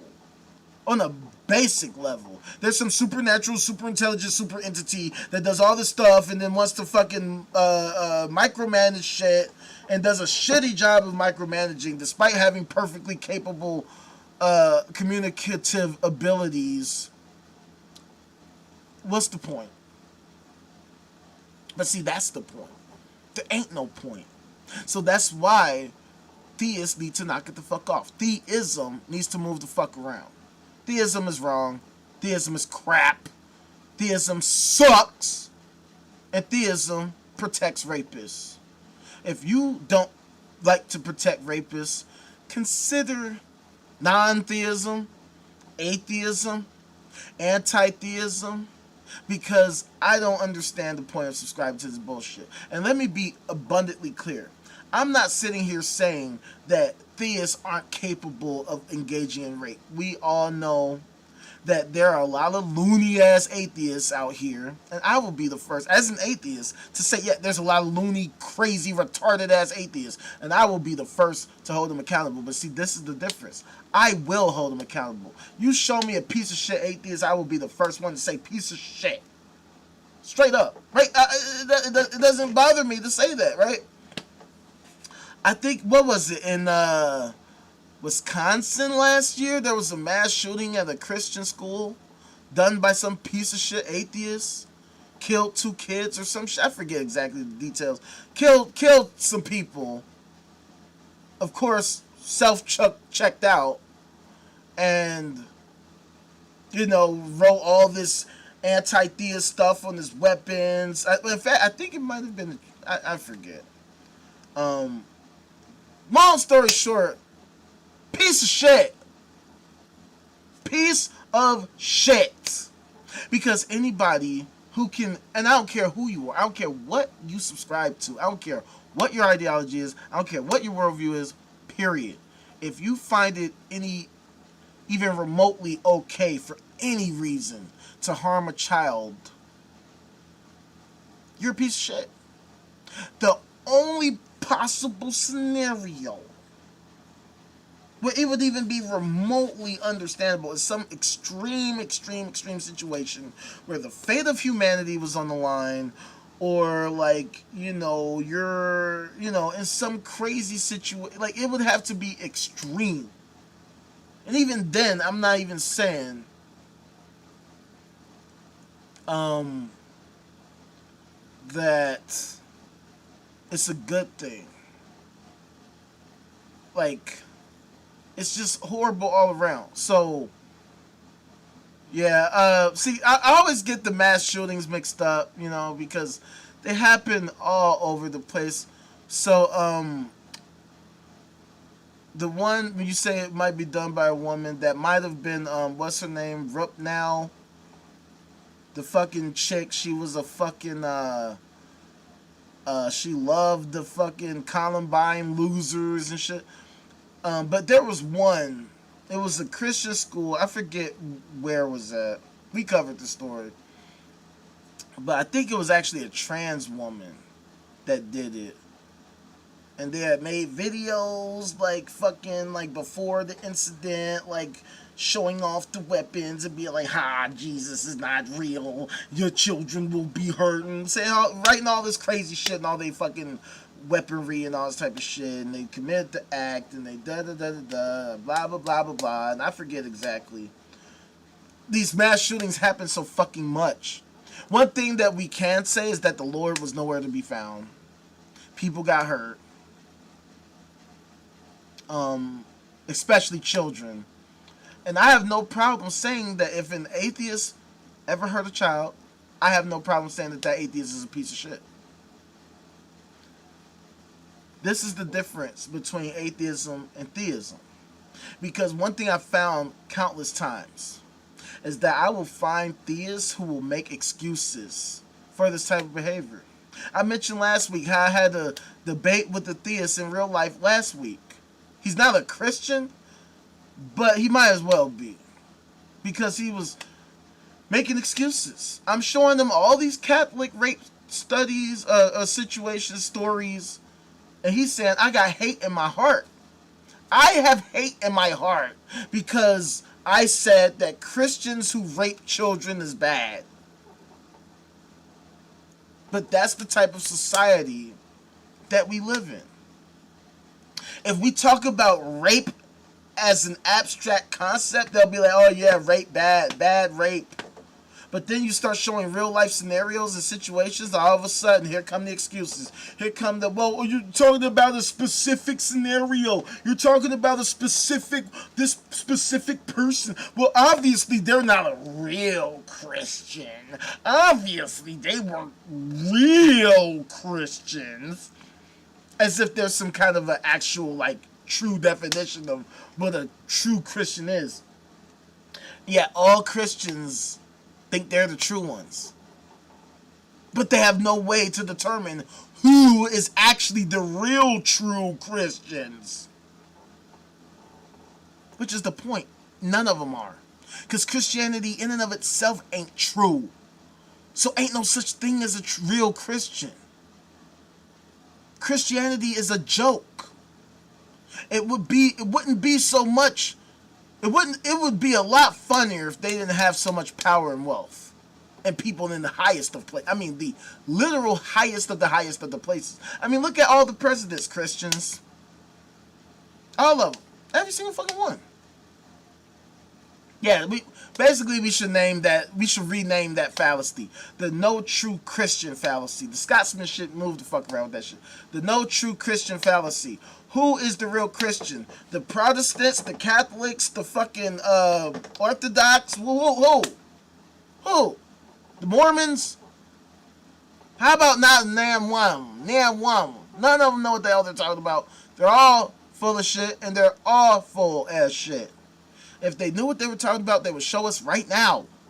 End the discussion. End the debate. It shouldn't be a debate. It shouldn't even be a debate. We should be past debates. And see, that's the problem with bullshit ideologies like theism.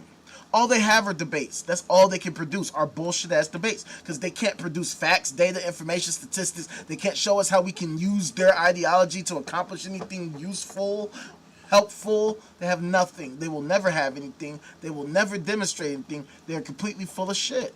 That's why, as I showed y'all earlier, we're so low on the Global Peace Index. When you have a bunch of loonies make decisions that affect everybody's lives, what do you know? They make senseless decisions that don't accomplish shit. and we don't accomplish the well-functioning society that we're seeking to accomplish, or at least that they pretend like they seek to accomplish but don't actually. That's why I do what I do, to try to get people to realize that the way that society is going is not the way. Not if we are to survive. Not if we hope that humanity continues to persist. We can't continue down this path and think that it's going to lead somewhere positive. That is retarded. We have to get our heads thoroughly the fuck out of our asses before it's too late. This Christian eschatology bullshit is bullshit. I don't care. I don't care what you guys say. You can go in the comments. You can tell me, oh, how do you know? But how do you know it's not real? But you don't understand. You don't understand my faith. You don't understand. I don't care. You can type all that shit all day. You can send me whatever DMs you want. You can spam me. All that shit. You still ain't demonstrated the Lord and Savior Jesus Christ, the Father, the Son, or the Holy Spirit, the Triune Trinity, Triforce, Triumvirate thing. Whatever the fuck, Trinity, Trio, the Three Amigos, whatever the fuck y'all talking about. Y'all ain't got shit. Y'all ain't got no amigos. Y'all ain't got shit. Y'all just got a bunch of rapists. That's it. Knock it off with that shit. Knock it off. So, I'm about to get off here. Because I ain't ate all day. I'm starving. I'm so hungry. So thank you for coming through. Enjoy the rest of your weekend if I don't see you. Otherwise, the next live should be Sunday. Probably having the game night tomorrow in the Discord. So come through to the Discord if you haven't, because you're missing the fuck out. Stay smooth.